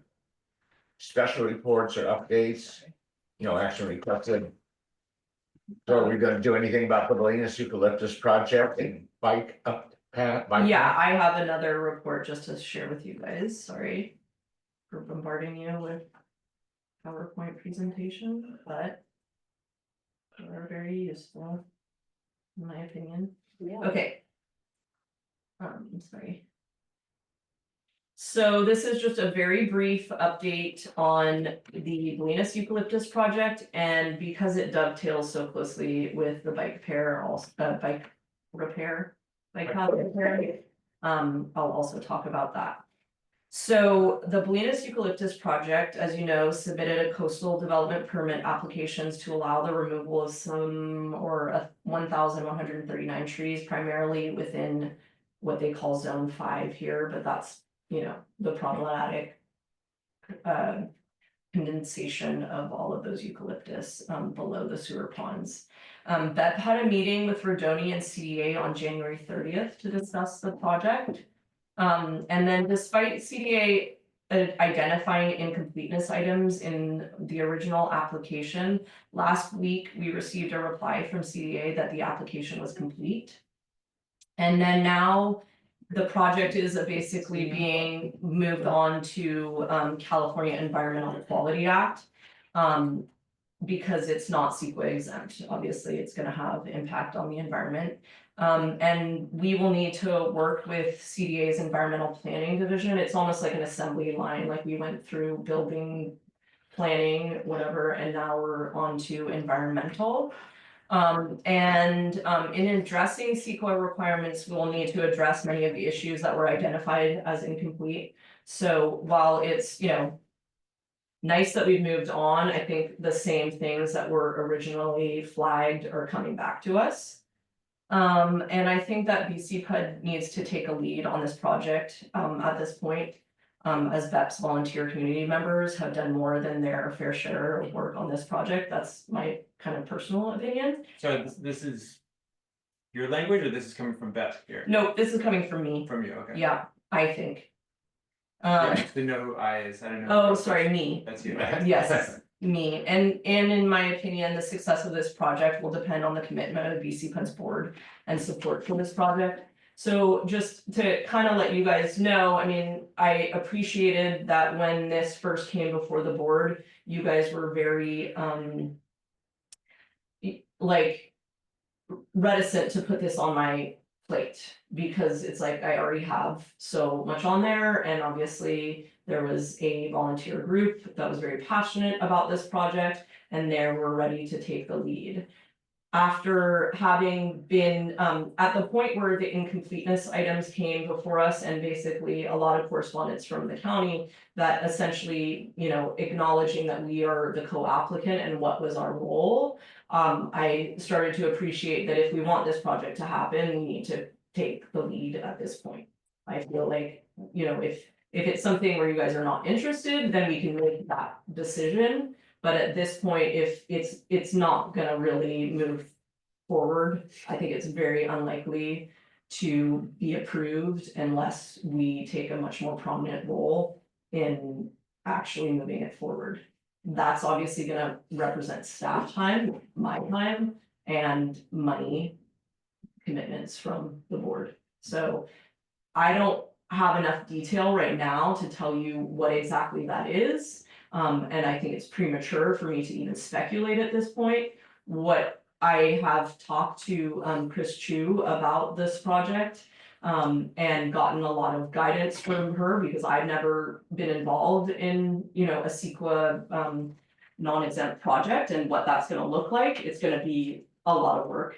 And but there's essentially environmental planners at the county that are really a totally different department than where it's gone through thus far. And effectively, what I've been, you know, advised is just like, hit pause on this, talk to those folks. They'll give you a sense of what the next steps are. Once I find out what that is, then I can consult with experts around, you know, what would it cost to help you know, move this project forward or to address those specific CEQA concerns. And then essentially I can come back to the board with a recommendation around how we would move forward. But that's, you know, I'm sorry that I'm not coming to here to say, oh, it was approved and we get to take down trees. It's, to my mind, it's like once I got more in that world, I really realized how complex this is. It is obviously our property. I feel like there's a lot of responsibility that we effectively bear, and it's, you know, we need to kind of take it on as much as we can. Yeah, So I guess I don't understand why you wanna hit pause on it.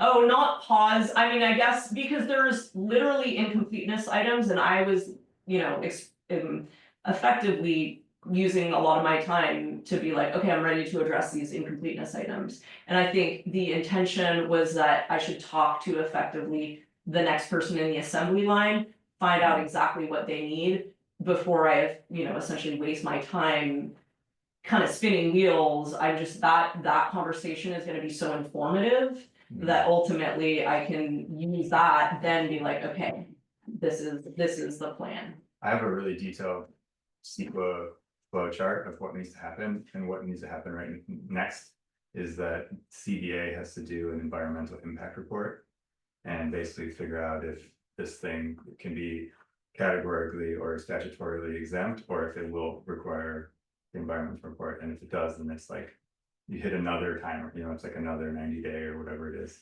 Mhm. So it's a long process, It does work on their. but it's not us, it's not Right. people. We're waiting for them to make Yeah. a decision, whether we're exempt or if we need to, you know, work with these other.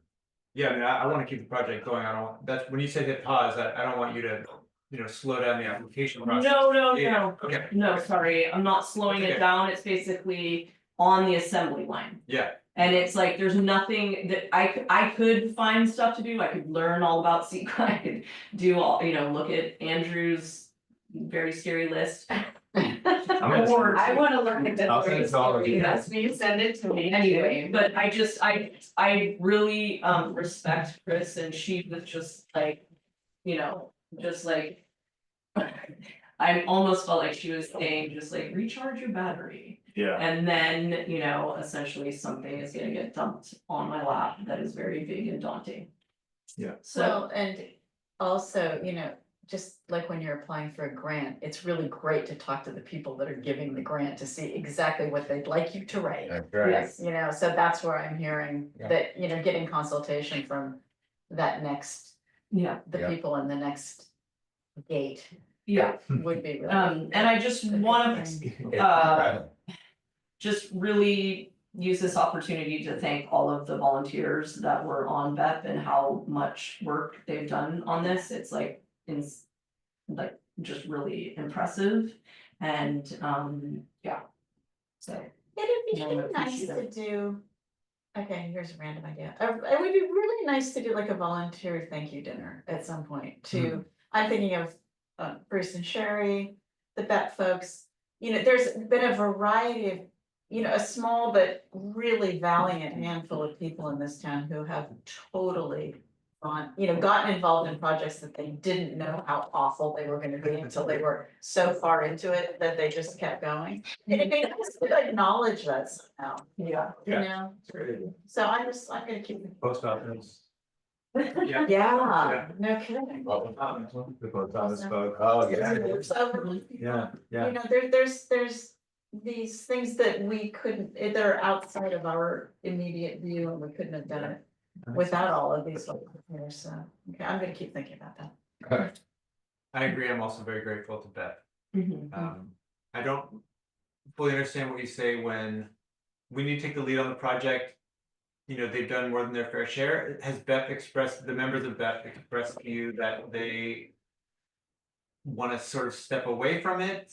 Some of them or all of them, are they, do they want to hand over the reins to us, or is this more your interpretation of? No, I think this is a mutually agreed upon, like this is the best course of action for it. They're definitely like run pretty dry. Okay, And I think it's also just much easier for essentially us as a formal agency, especially since we own the property, Yeah. to essentially Yeah. take the lead. Yeah, there's also a whole fundraising component to this, like Mhm. how's this project actually gonna happen? And I Mhm. was maybe hoping that that would Yeah. handle that side of it as well. Yes, and to be clear, it's not like they're like, bye, Okay. you know, we're done. But essentially, we are like the more, like the face of the project where we had kind of been like, oh, we're just the co-applicants. I think now it's sort of like they are obviously extremely helpful, extremely passionate about this project still, and are, have expressed their willingness to still help me in whatever way they can. There's still a lot of experts on the committee, so, anyways, I would still look to lean on them. Yeah. But I think that we need, I would urge you as the board to support taking on a more proactive role if you wanna see this project actually, come Yeah. to fruition. yeah, I'd like to see the project come to fruition. I think an ad hoc committee of board members might be in order to see this project through this, permitting phase. Mhm. What do you guys think about that? I mean. I don't know if we're ready for that yet. You don't think so? I think, Let's see what Yeah. Georgia finds out from this next Probably. section.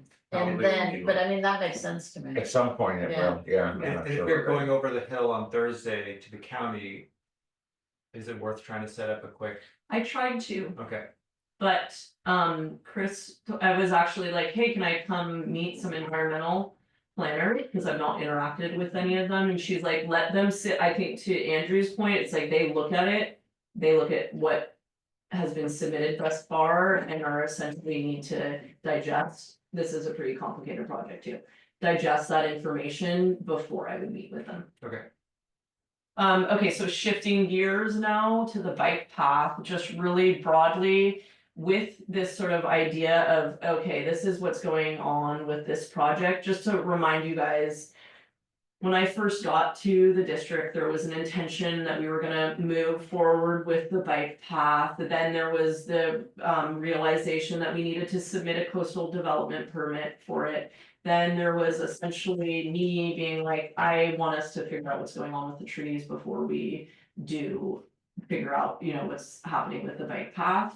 Because obviously those trees impinge upon the bike path, and it just, to my mind, makes more sense to do it this way. And so this is kind of thinking about the grant funds and thinking about what's happening with the vet permitting. And kind of trying to interleave both of those into some kind of sensible way. So basically, I think that, from now till next May, is where I'm looking to essentially try to make headway with the CEQA.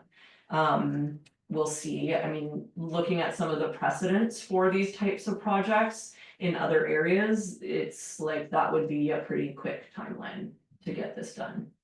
And then it would be looking, assuming that we're permitted to remove all or some portion of those trees, would be to remove the trees in the summer of 2026. And I would, in parallel to that, be then seeking the coastal development permits for the bike path.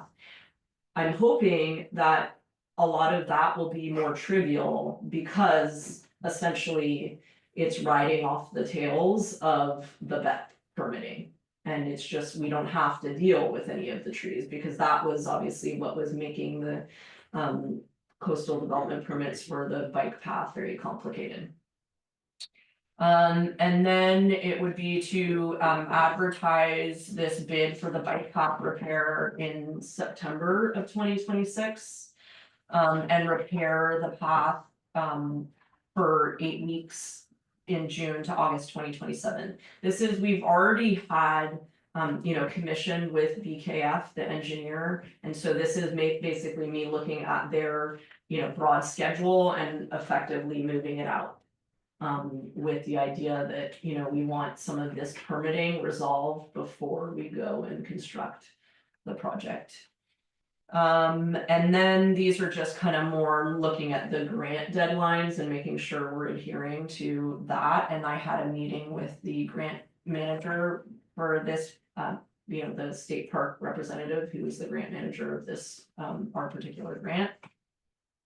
And basically we need to submit a completion packet for the grant. Ideally, she was saying from December 2027 through March 2028. And really construction must be completed by March 2028. And then we have a liquidation of funds by June 30th, 2028. So that is a very broad schedule of how we would be able to complete the bike path with ideally a lot of the trees removed prior to construction or repair of the bike path. And then do you guys have questions about that? Yes, Okay. if we don't do the bike path project, what do we have to pay? Do we have to pay everything that's been from up to date? Back to people that would have, Just like looking at these biological assessments and the AF engineer, yeah, we've already paid those. I mean. that's out of our till, okay. Mhm. Could it be sort of reimbursed by the grant at a future date if the project is completed? Yeah, I mean, there's this whole stipulation where we need a 20% match. And so there's a complexity around, okay, well, this 20% match is still at 71,181. So effectively, like, we're still not at that point yet, and you could consider that our match, Okay, if that makes sense. That's great. yeah, thank you. But yeah, so this is basically the total funds, if you consider the California State Park Grant amount. Plus the 20% minimum requirement to access those full grants. We would have to contribute 71,000 in order to access the full 355,904. And that 71,000, I did some sleuthing and basically the community match, these were the private donations that were raised. Primarily with Don Smith leading that charge was 47,410. Then there is also what I found was essentially, or Belle and I, recreated what had happened. There was a commitment by the board a couple of years ago to match that to 45,000. This is what I see, this number here in in effectively financial notes. Yeah, I don't know, anyway, so that's basically why this 71,000, you'll see this adds to more than 71,000. But that's basically, this is the minimum we have to reach, that's 20% of this 355, but we actually have committed more funds than that. And then, yes, and then this is just me looking at the total expenditures thus far that have been, essentially attributed to this project. With the caveat that WRA, the biological site assessments that went on in there are ridiculously complicated. There were like 3 different things going on where it was like the Marin Water Project, the bike path, and then also the Wells project. So it was just like, it was very hard, and I need to go through with a more fine-tooth comb to make sure that I think, especially since there was public donations for this specific project, just making sure that all of the invoicing that was attributed to this project, especially in terms of the BKF, there's no doubt, obviously, they've only worked with us on that single project. So, but I just need to make sure that those other funds are properly attributed. Is the community match in a separate fund somewhere, or do we have that money in? No, and that's something that else that Belle and I have talked about is like, I just would really prefer it to just be totally separate because it's essentially in a reserve fund where we just like track it on paper, and I don't like that. I just would rather it actually be separate. All right, continue. Okay, that's basically it. If you guys have any other questions, that's. Was there any assistance offered by the Marin County Safe Routes to Schools Task Force? You're in touch with them, right? Because I was for a while as well. Yeah, I mean, I've only met with them once. I was not able to meet with them the other day when you told me about that meeting. Yeah, So- I intended that my power was out that night, so Oh, I okay. couldn't join. Okay, That was- I was just gonna reach out to them. I'd already, so related to the vet project, one of the things that when I started to get more involved with the vet and how I saw like a path forward is to really, because a lot of what they were documenting was essentially not so much the danger that the trees posed for the bike path itself. And what I think we really need to emphasize is that this is not just like a green belt bike path, like, oh, I wanna go take a Sunday stroll. This is the means by which people get from point A to point B, any pedestrian. Otherwise, what's happening right now with the status quo is that the path is closed. We've been advised that BPUD needs to close that path. So the path is closed. So you think about that from the perspective of pedestrian, like you were sent down Mesa Road, like one of the most dangerous roads in town with all kinds of blind turns, no shoulder, and you're still underneath those dangerous trees. Right. So this is obviously not the ideal situation. Or even remotely like appropriate, right? We recognize that. So what needs to really be bolstered in terms of relaying this to the permitting agencies around CEQA, around the coastal development permits is like, this is, we need to resolve this issue now because it's endangering students that are trying to get to school. Like, this is the only way that you get safely from the Mesa to downtown is through this path that's going through these precarious trees. And so that needs to be bolstered. And one of the things I would like to do is get a lot more letters of support that solidify that argument.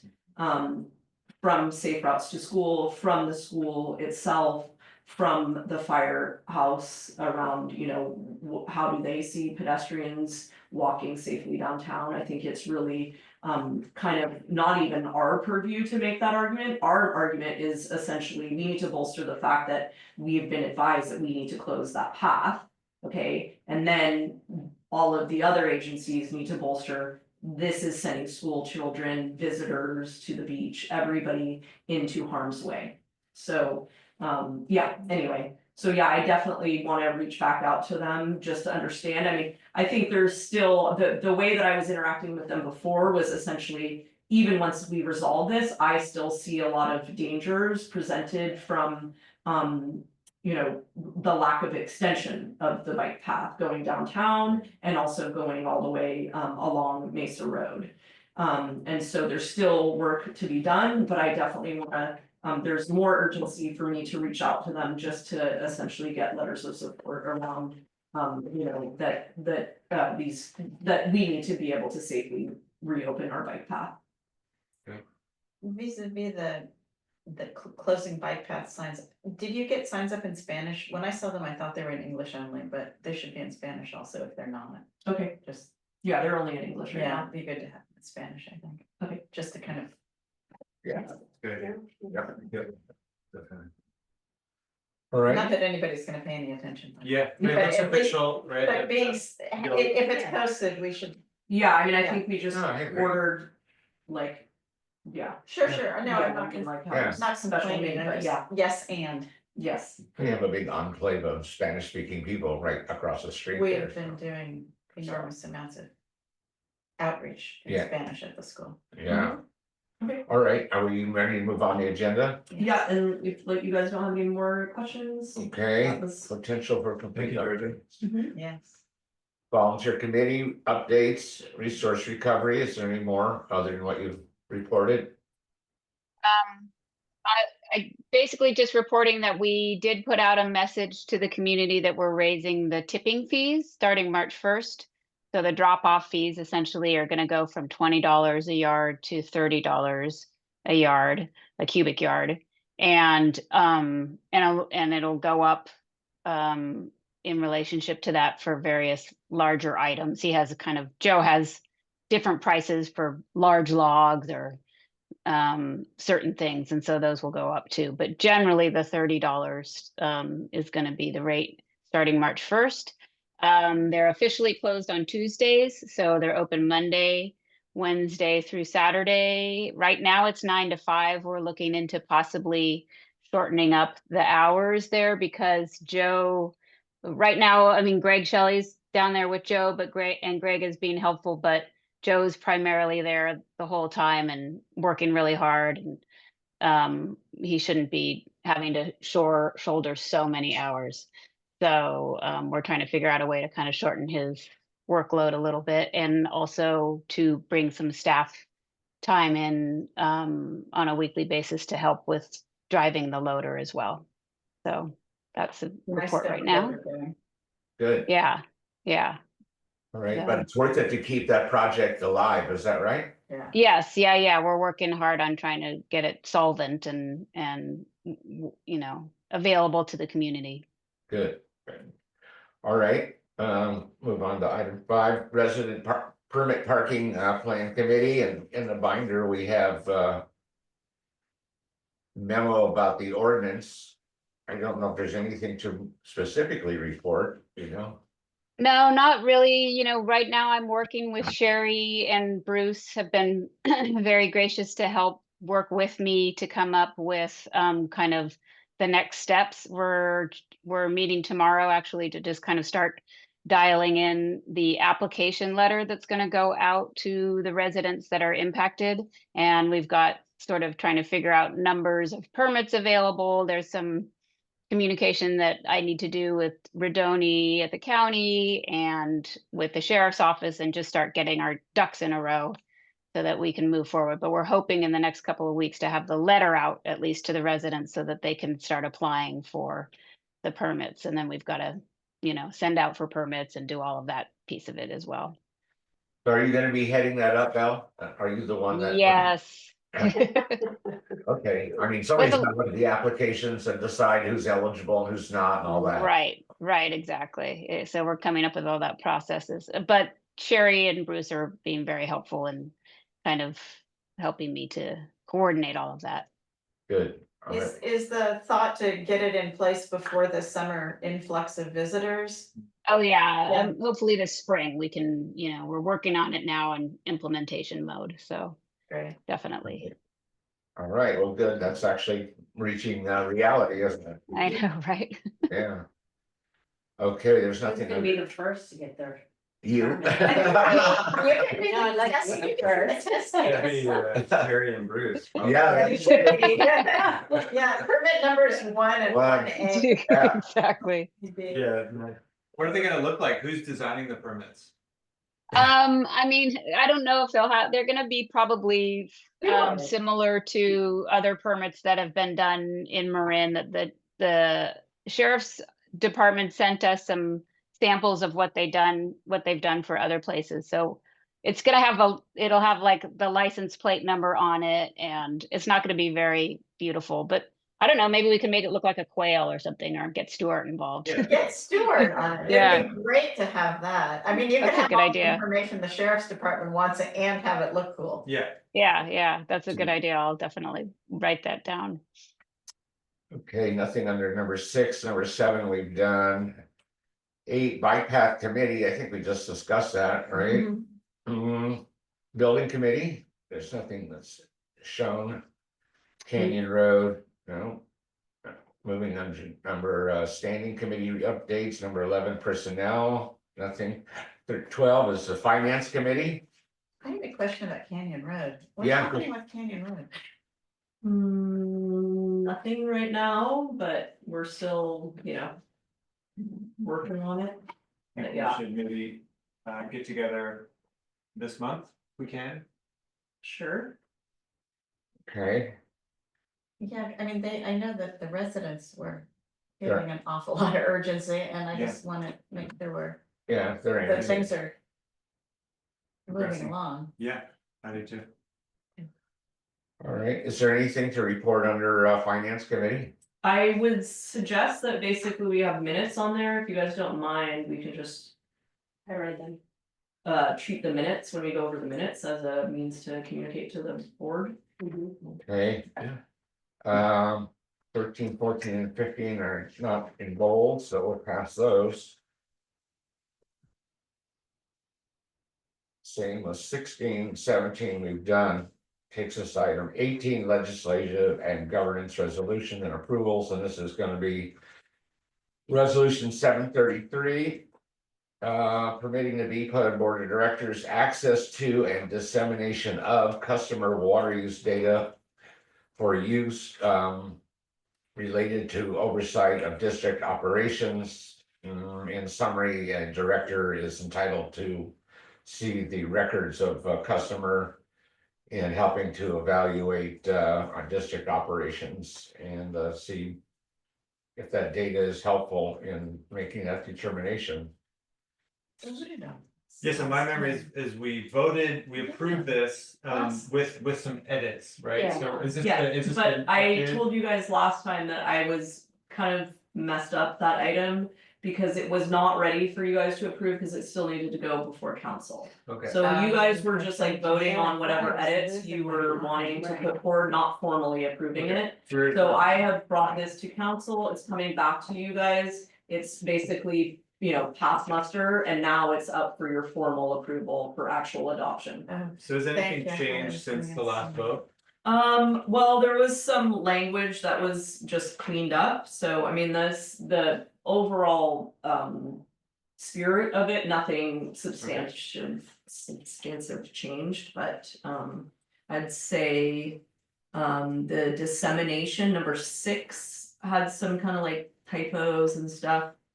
And number 5, those The were. general manager was edited, right? Yeah, like all of the edits that you guys requested, plus some other stuff that we noticed that didn't make sense. Plus whatever small edits the council, I was happy that they had very few comments on it actually, so that's a good sign. Great. So do we have to vote again on this or not? Yes, you guys need to formally approve it. Okay.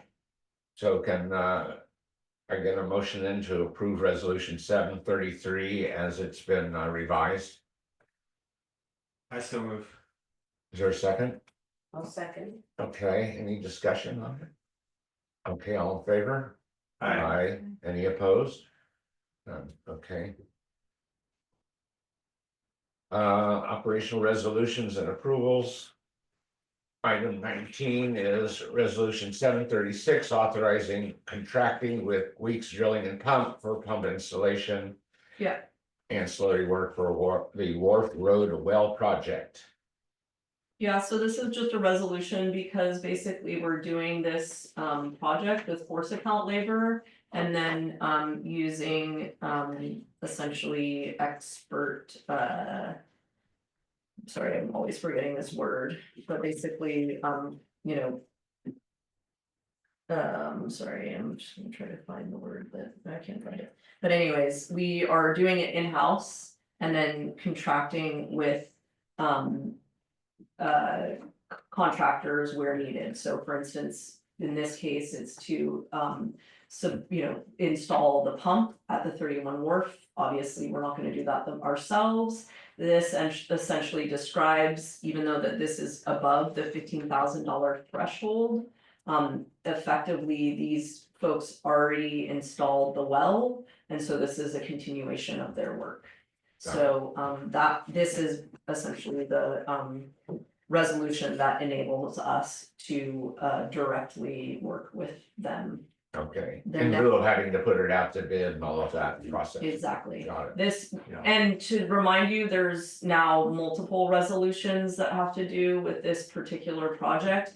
And the fact that it's a very complicated, I mean, it's in some ways very simple, but in other ways very complicated in that the resource recovery well already existed. Some of these things were already purchased and sitting, in a box somewhere that we're ready to deploy them. So it wasn't an easy project to just say, oh, we're gonna go out to bid this. Obviously, the other 31 wharf, as we just talked about, is very complicated and you're working. So it's not like you can just like define a schedule. We don't even know what that schedule is now. So it made absolutely no sense to go out to bid for the project as like a whole normal bidding process. So and then on some level, it's very simple and a lot of it we can do in-house and I think we should.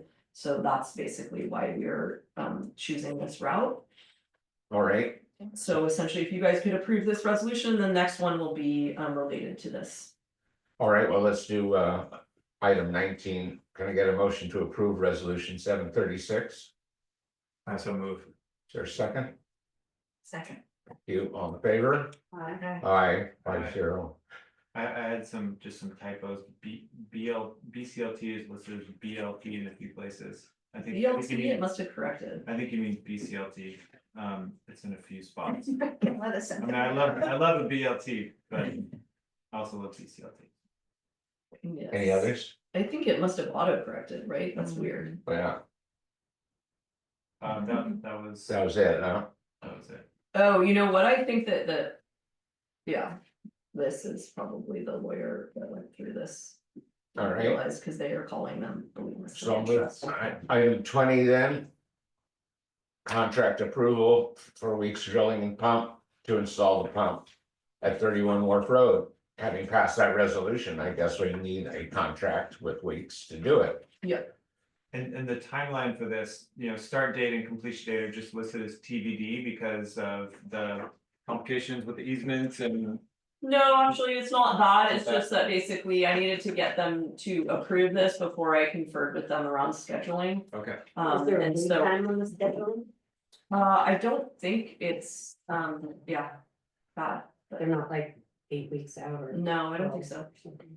But again, because this next stage can't happen, I mean, we're not in like a huge rush, even if it is a few weeks delayed, it's in no way gonna delay the project. So it's, yeah. Uh-huh. Okay. Oddly enough, I got a call from a PG&E rep today asking me if I was familiar with that 31 Wharf project and where they were. Because they're applying for some, they're gonna take down the overhead lines, I guess that services property next door.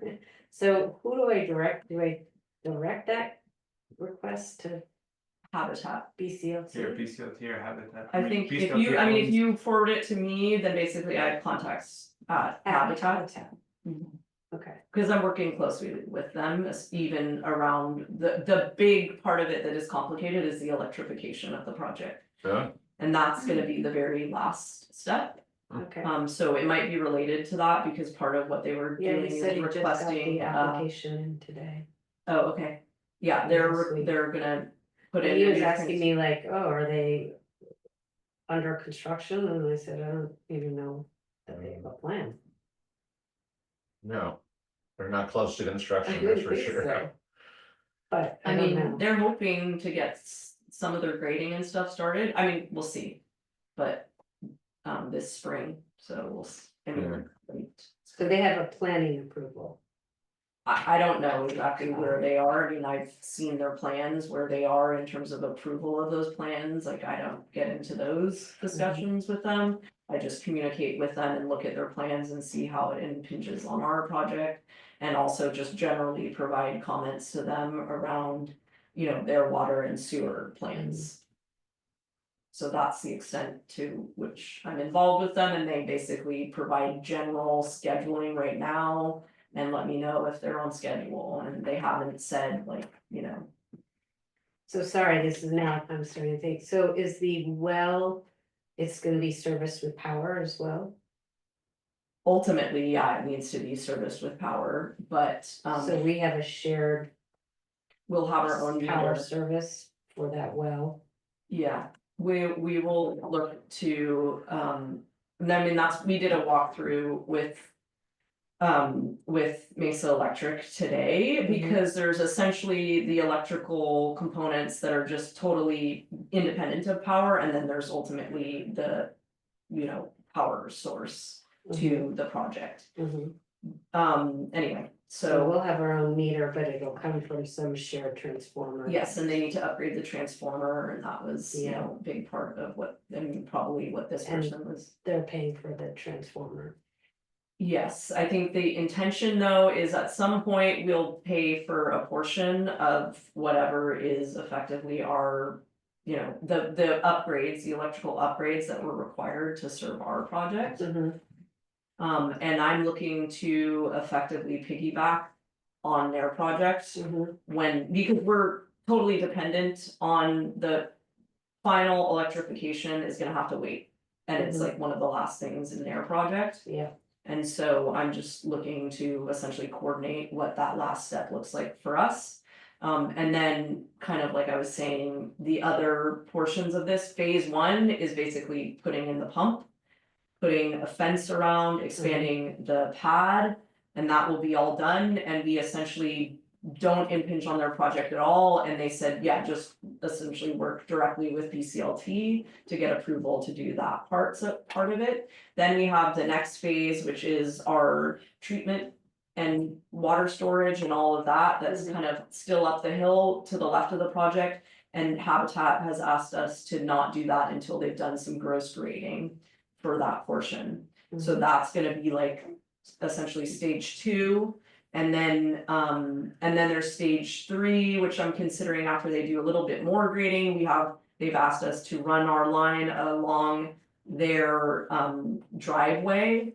And so that will be stage 3, and then the final stage 4 will be the permanent powering of our site with whatever the meter looks like. And do we have a dedicated generator or something as part of our program? Well, For the well in the event that's all one of the those things that I'm looking into is like, what are our statutory obligations to actually have backup power to both of these facilities, because it wasn't in the engineering plans. Mm. And for our treatment plant, like we do have that. I basically have questions into the regulators around, is this like best practice, or do we actually need these things there? I think that in the way that we envision using that, it makes sense for us to have backup power, because it would be like, oh, it's very, you know, the storm has come through, the water's too turbid, we wanna use the well water. And there's a power outage, right? Like it just seems likely that we would have to use it in cases where there's If no there's power. real estate, but you should probably coordinate with Yeah, and we talked with Reiner today about that, and he was like, it's nothing in terms of the footprint of adding a generator on there. So he was basically gonna write 2 quotes for us, one with backup power and one without. I had the same question about the generator, more thinking that we could power up the system before the electrification of the, is that, I thought you were talking more as an emergency backup source, but I was also thinking, you know, if we could get the power source in phase 3 before, you know, phase 4 is Yes. done, we could get like a year. Yes, you that's said what I it's- was thinking okay. too, is basically, especially if we have to do it and there's like a regulatory obligation, then this is kind of our stepping stone to ultimately like, serve the project so that it's actually functional. Yeah. Before we get to final electrification of it. Okay. But anyways, this is all kind of still up in the air and yeah. Back to weeks. All right, are we still waiting to vote on the contract for, did we have a motion in a second already? I know. I don't know that we can move. I lost track, where to work. Yeah. We had a question about Yeah. schedule and it was. There you go. TBD, and that's Okay. what led me. So can I get a motion to approve the contract with Weeks? I Do it. so moved. Thank you. Is there a second? Second, All right, all in favor? Aye. Aye. 5-0. Item 21. We've already dealt with that. Nothing under 22, we're down to the minutes. I know. Item 23 is the January 15th regular board meeting minutes. Anyone have any changes or corrections? Suggested or otherwise? none. If not, can I get a motion to approve the January 15th minutes? I so move. Can I get a second? Somebody, I second it. thank you. Yeah. All in favor? Aye. I think I will abstain because I was not at that meeting. Great, So, okay, 4-0 and 1 abstention. Then there's the February 3rd Finance Committee meeting and the minutes of that. Meeting, Yes, and this is obviously just for the finance committee to vote on. Or approve. It looked good to me. What do you think, Kristen? Yeah. I thought Done it was right? fun. Yeah. And if there's anything, okay, sorry, yeah, I was just like in terms of efficiency of meeting, if there was anything you wanted to relay. To the committee, or sorry, to the board more broadly, related to that meeting. Well, I mean, it's just minor in relation to the meeting, and it's, I think I had offered it would be of help to sit in a discussion with Piazza. If we wanted to ask them about reviewing their rates, and if we have working on an economy of scale, if we've done 60,000 last year and we're gonna do the same, could we talk about I call it a MATES rate, but whatever rate, an economy of scale rate. Okay. I didn't see that in the notes. all right, Georgia, remind me, if we had Grace, Jack, and Kevin attend one of these finance committee meetings, is there any problem with that? I forgot. I think how that it works. just needs to be Just- agendized as a regular just meeting. Brown Act notification. Which, I mean, I think they always are noticed, right? I think they are, Yeah, I think though that it has to be. Like, But it's not a committee meeting, it becomes. yeah, a exactly, board I think it meeting. becomes a board meeting Okay, where we're discussing the If there finance. are 3 of us there. Yes. There are already 2. Yes, essentially, if there are 3, it's not a standing committee at that point, because we have a quorum. So what does that mean? Cause it's still a public. It's still a public Public. meeting, Yeah. but like effectively, I think that you as a finance committee, you're always just like making decisions where essentially you guys are deciding to bring a recommendation. Yeah. Forward to the board, whereas obviously if there's a quorum there, then you could actually vote and like implement things right then and there. So you need to let the public know, like, oh, this is an actual regular meeting of the board, it's not just a standing committee meeting. although we wouldn't be required to have a vote on a Yeah. particular item. No, you wouldn't. It was I just think it's input just, from it would the board. enable, you would be allowed to, and so that at that point, you Yeah. need to let the public know. Right, But it would, any vote would have to be in the agenda Yeah. anyway. yes, Yes, There would have to be on. it'd have to be like an Yeah, on action item agendas. on the agenda of that meeting. Yeah. yeah, but even the discussion becomes a Brown Act thing. Yes, if there's a quorum, if there's 3 or more board members, then it just has to be. I mean, just procedurally, it'd be the same thing, we just have to do with the agenda and notice to the public. yeah, it's just basically what you're calling the But meeting to. it has to be noticed that way. Yeah. Yeah, but we have to notice all of those meetings 72 hours in advance anyway. Yeah, but I'm saying like if these guys came, Oh, you like, know, they no notice, then we can't have the committee meeting Oh, No, you could technically, have it, you could, but they basically would not be allowed to talk, they Oh. essentially attend as like a, well, there you go. and it's not a good idea, Yeah, right, yeah. because it's like. Yeah. Looks Yeah. bad. Is that what you Yes. want? No, I'm Yes. just kidding. You sit there and Okay, shut up. yes. I was. No, because we've had that happen Of at the course we do. school where a member wanted to be at a meeting where we'd already formed a committee. Yeah, And then basically you have to essentially get that person to commit to not saying like a word at the meeting. It's very ridiculous. I mean, it's It not is. a good idea. It's Yeah. just, that's not it is appropriate. kind of stupid. I sort of had the same question because I'm the alternate on the finance committee, I believe, and Mhm. just sort of imagining having to step in. You know, if one of you were absent down the road, Well, while we- these discussions have advanced, you know, while the budget has Yeah. advanced really far, how can I step in if I haven't been there for Well, any of the discussion? Yeah, that's a good point. I mean, a finance committee in particular is very much like one thing leads to a next, but we Yeah. do have recordings of those meetings. Yeah. And basically I can start, just sending you links, so you could do your homework. Yeah, in That's how it'd be, case. yeah. that's, you know, okay, that's a good idea. Up to speed. Okay. I mean, I think the other thing is, Or is that like attending the meeting? because there's so much, obviously, that's Mhm. being covered in that finance and. Between four of us, right, really looking at it, is suggesting starting to get input from some of our other committee. And committee members, so, let's say like operations, right, Yeah. if the. Staff is making a recommendation, let's take this piazza thing, to get equipment for. Saving some money on that, it would be helpful to talk, is that under the operations committee, I don't know. The Piazza Yeah, emergency if we wanted repairs. to get, no, well, or if we wanted to get our own. Equipment. thing. Yeah, Or In other words- getting those parts, for instance. if an issue comes up to the finance committee, which it would like input from another committee, Correct, right? yes, Then Yes. what, then how would we do that? Then the finance committee would, I think, ask you to refer that input to that committee Yes, that they're looking correct. for. and you can probably see it in the notes, or you've seen Yeah. it in the notes, that's what we're starting to. make. Yeah, and I think honestly, what this needs to happen is like a big overhaul. Personally, I talked to, I mean, maybe it's reflected in the minutes too, but to Andrew and Kirsten about the idea of, okay, let's say we have our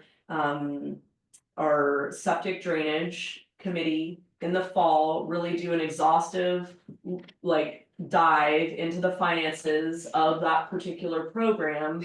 You essentially come up with some recommendations that in the spring or this time of year, winter, gets fed into the finance committee so that, because there's just not enough time for us to do the deep dives that are required for that. Yeah. And essentially it would be this 2-season thing where there's, the operation or CIP is really looked at in depth in the fall. These other committees take a deep dive into the finances of, hopefully at some point there's a, resource recovery committee that's looking at that, a septic drainage committee that's looking at that, an operations committee that's looking at CIP and other, like you're saying, equipment needs or whatever it is. And then all of that is getting fed into the finance committee. For one, obviously, then the finance committee, I think, could do a better job. And for two, it basically lessens the burden Yeah. that is basically on 2 single board Yeah. members. Yes, Well, it's also a good way for you, the rest of the board, to be really informed about what's happening in.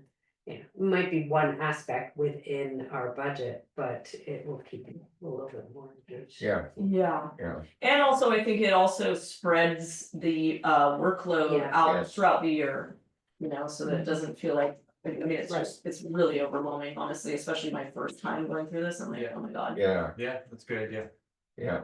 Like it. All right, well, can we get a motion in to approve the finance committee minutes of February the 3rd? Yeah. I'll make the motion to approve that. I will second. All in favor? Aye. Aye. Sorry, do I vote on that or that's? No, that's just. Okay. Well, but then how can you have a 2-person vote? Well, it's what we would do, People. so this is a little complicated, but basically what happens is. Normally in the finance committee meetings, we start the next meeting looking at the previous meeting's minutes. And I just think it makes sense for us the next time these guys are together to basically look at the minutes, approve them here. Because then you guys can look at those minutes and find out what happens, otherwise I have to bring those minutes forward again, and they're basically giving a report here. And then the minutes are coming back to you guys later for something that happened a long time ago. Yeah.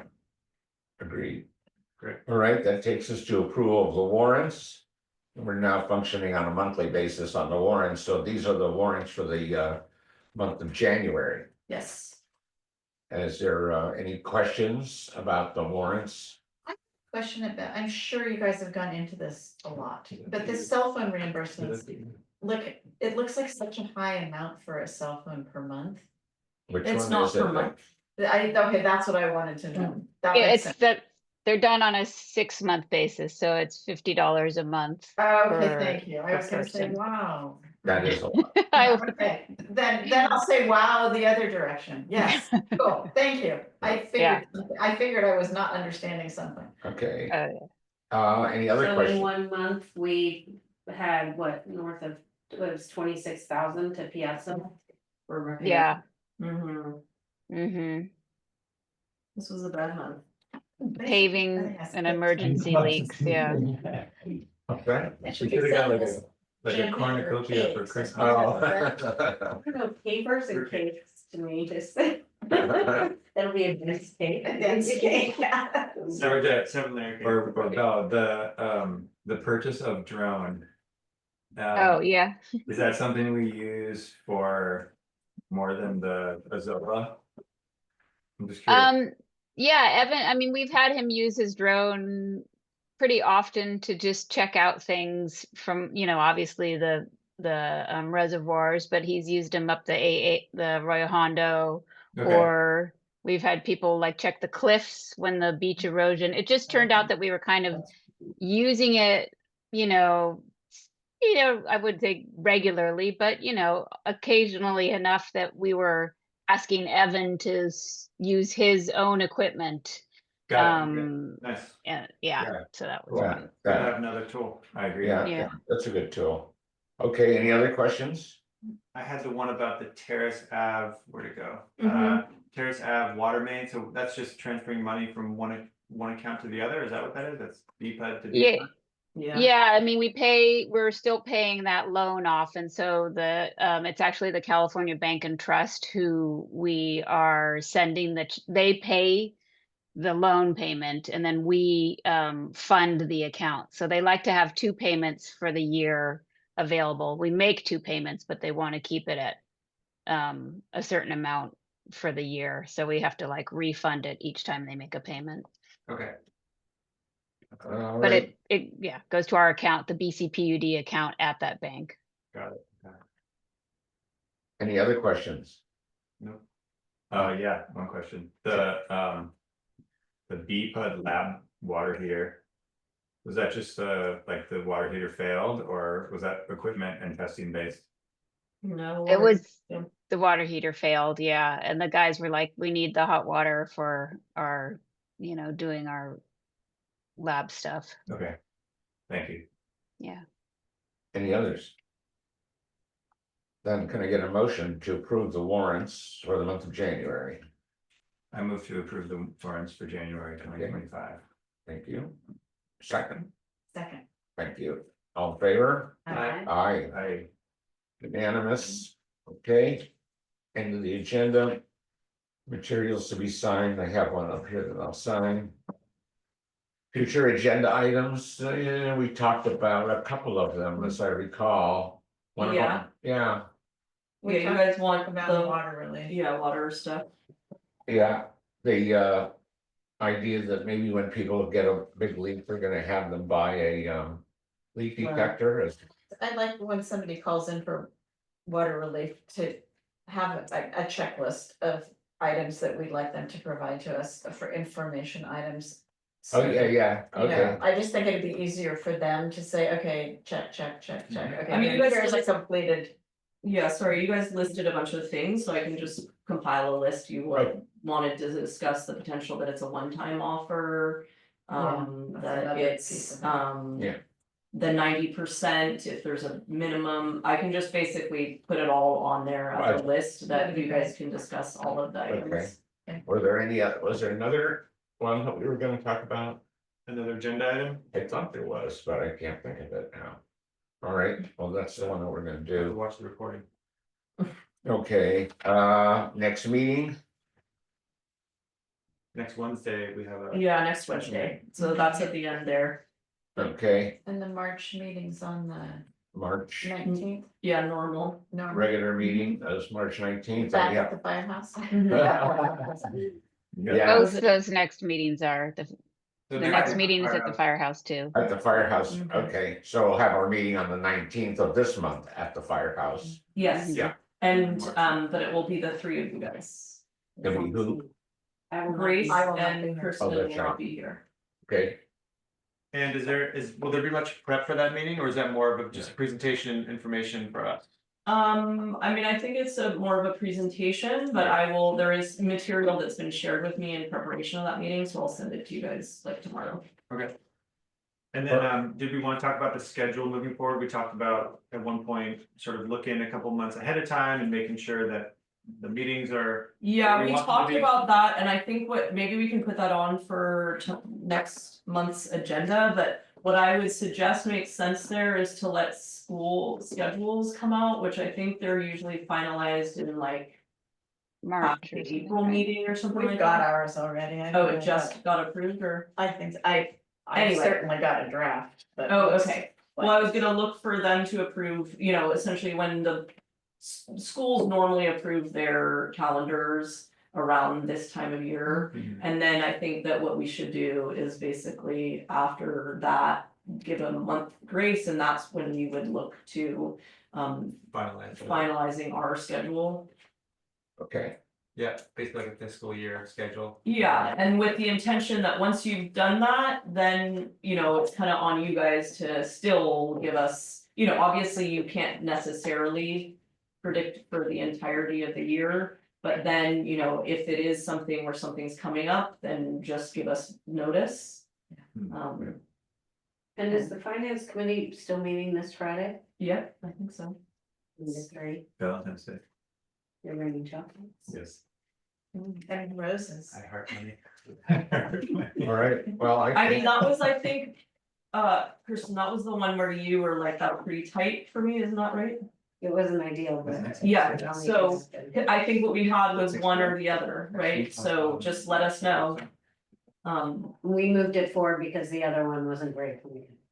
I think. Yeah, I can't remember exactly. It was better to have it this Friday because the other one. I cleared my other schedule for that, Okay. so. all right, well, then I'm going to adjourn this meeting, and this meeting is adjourned.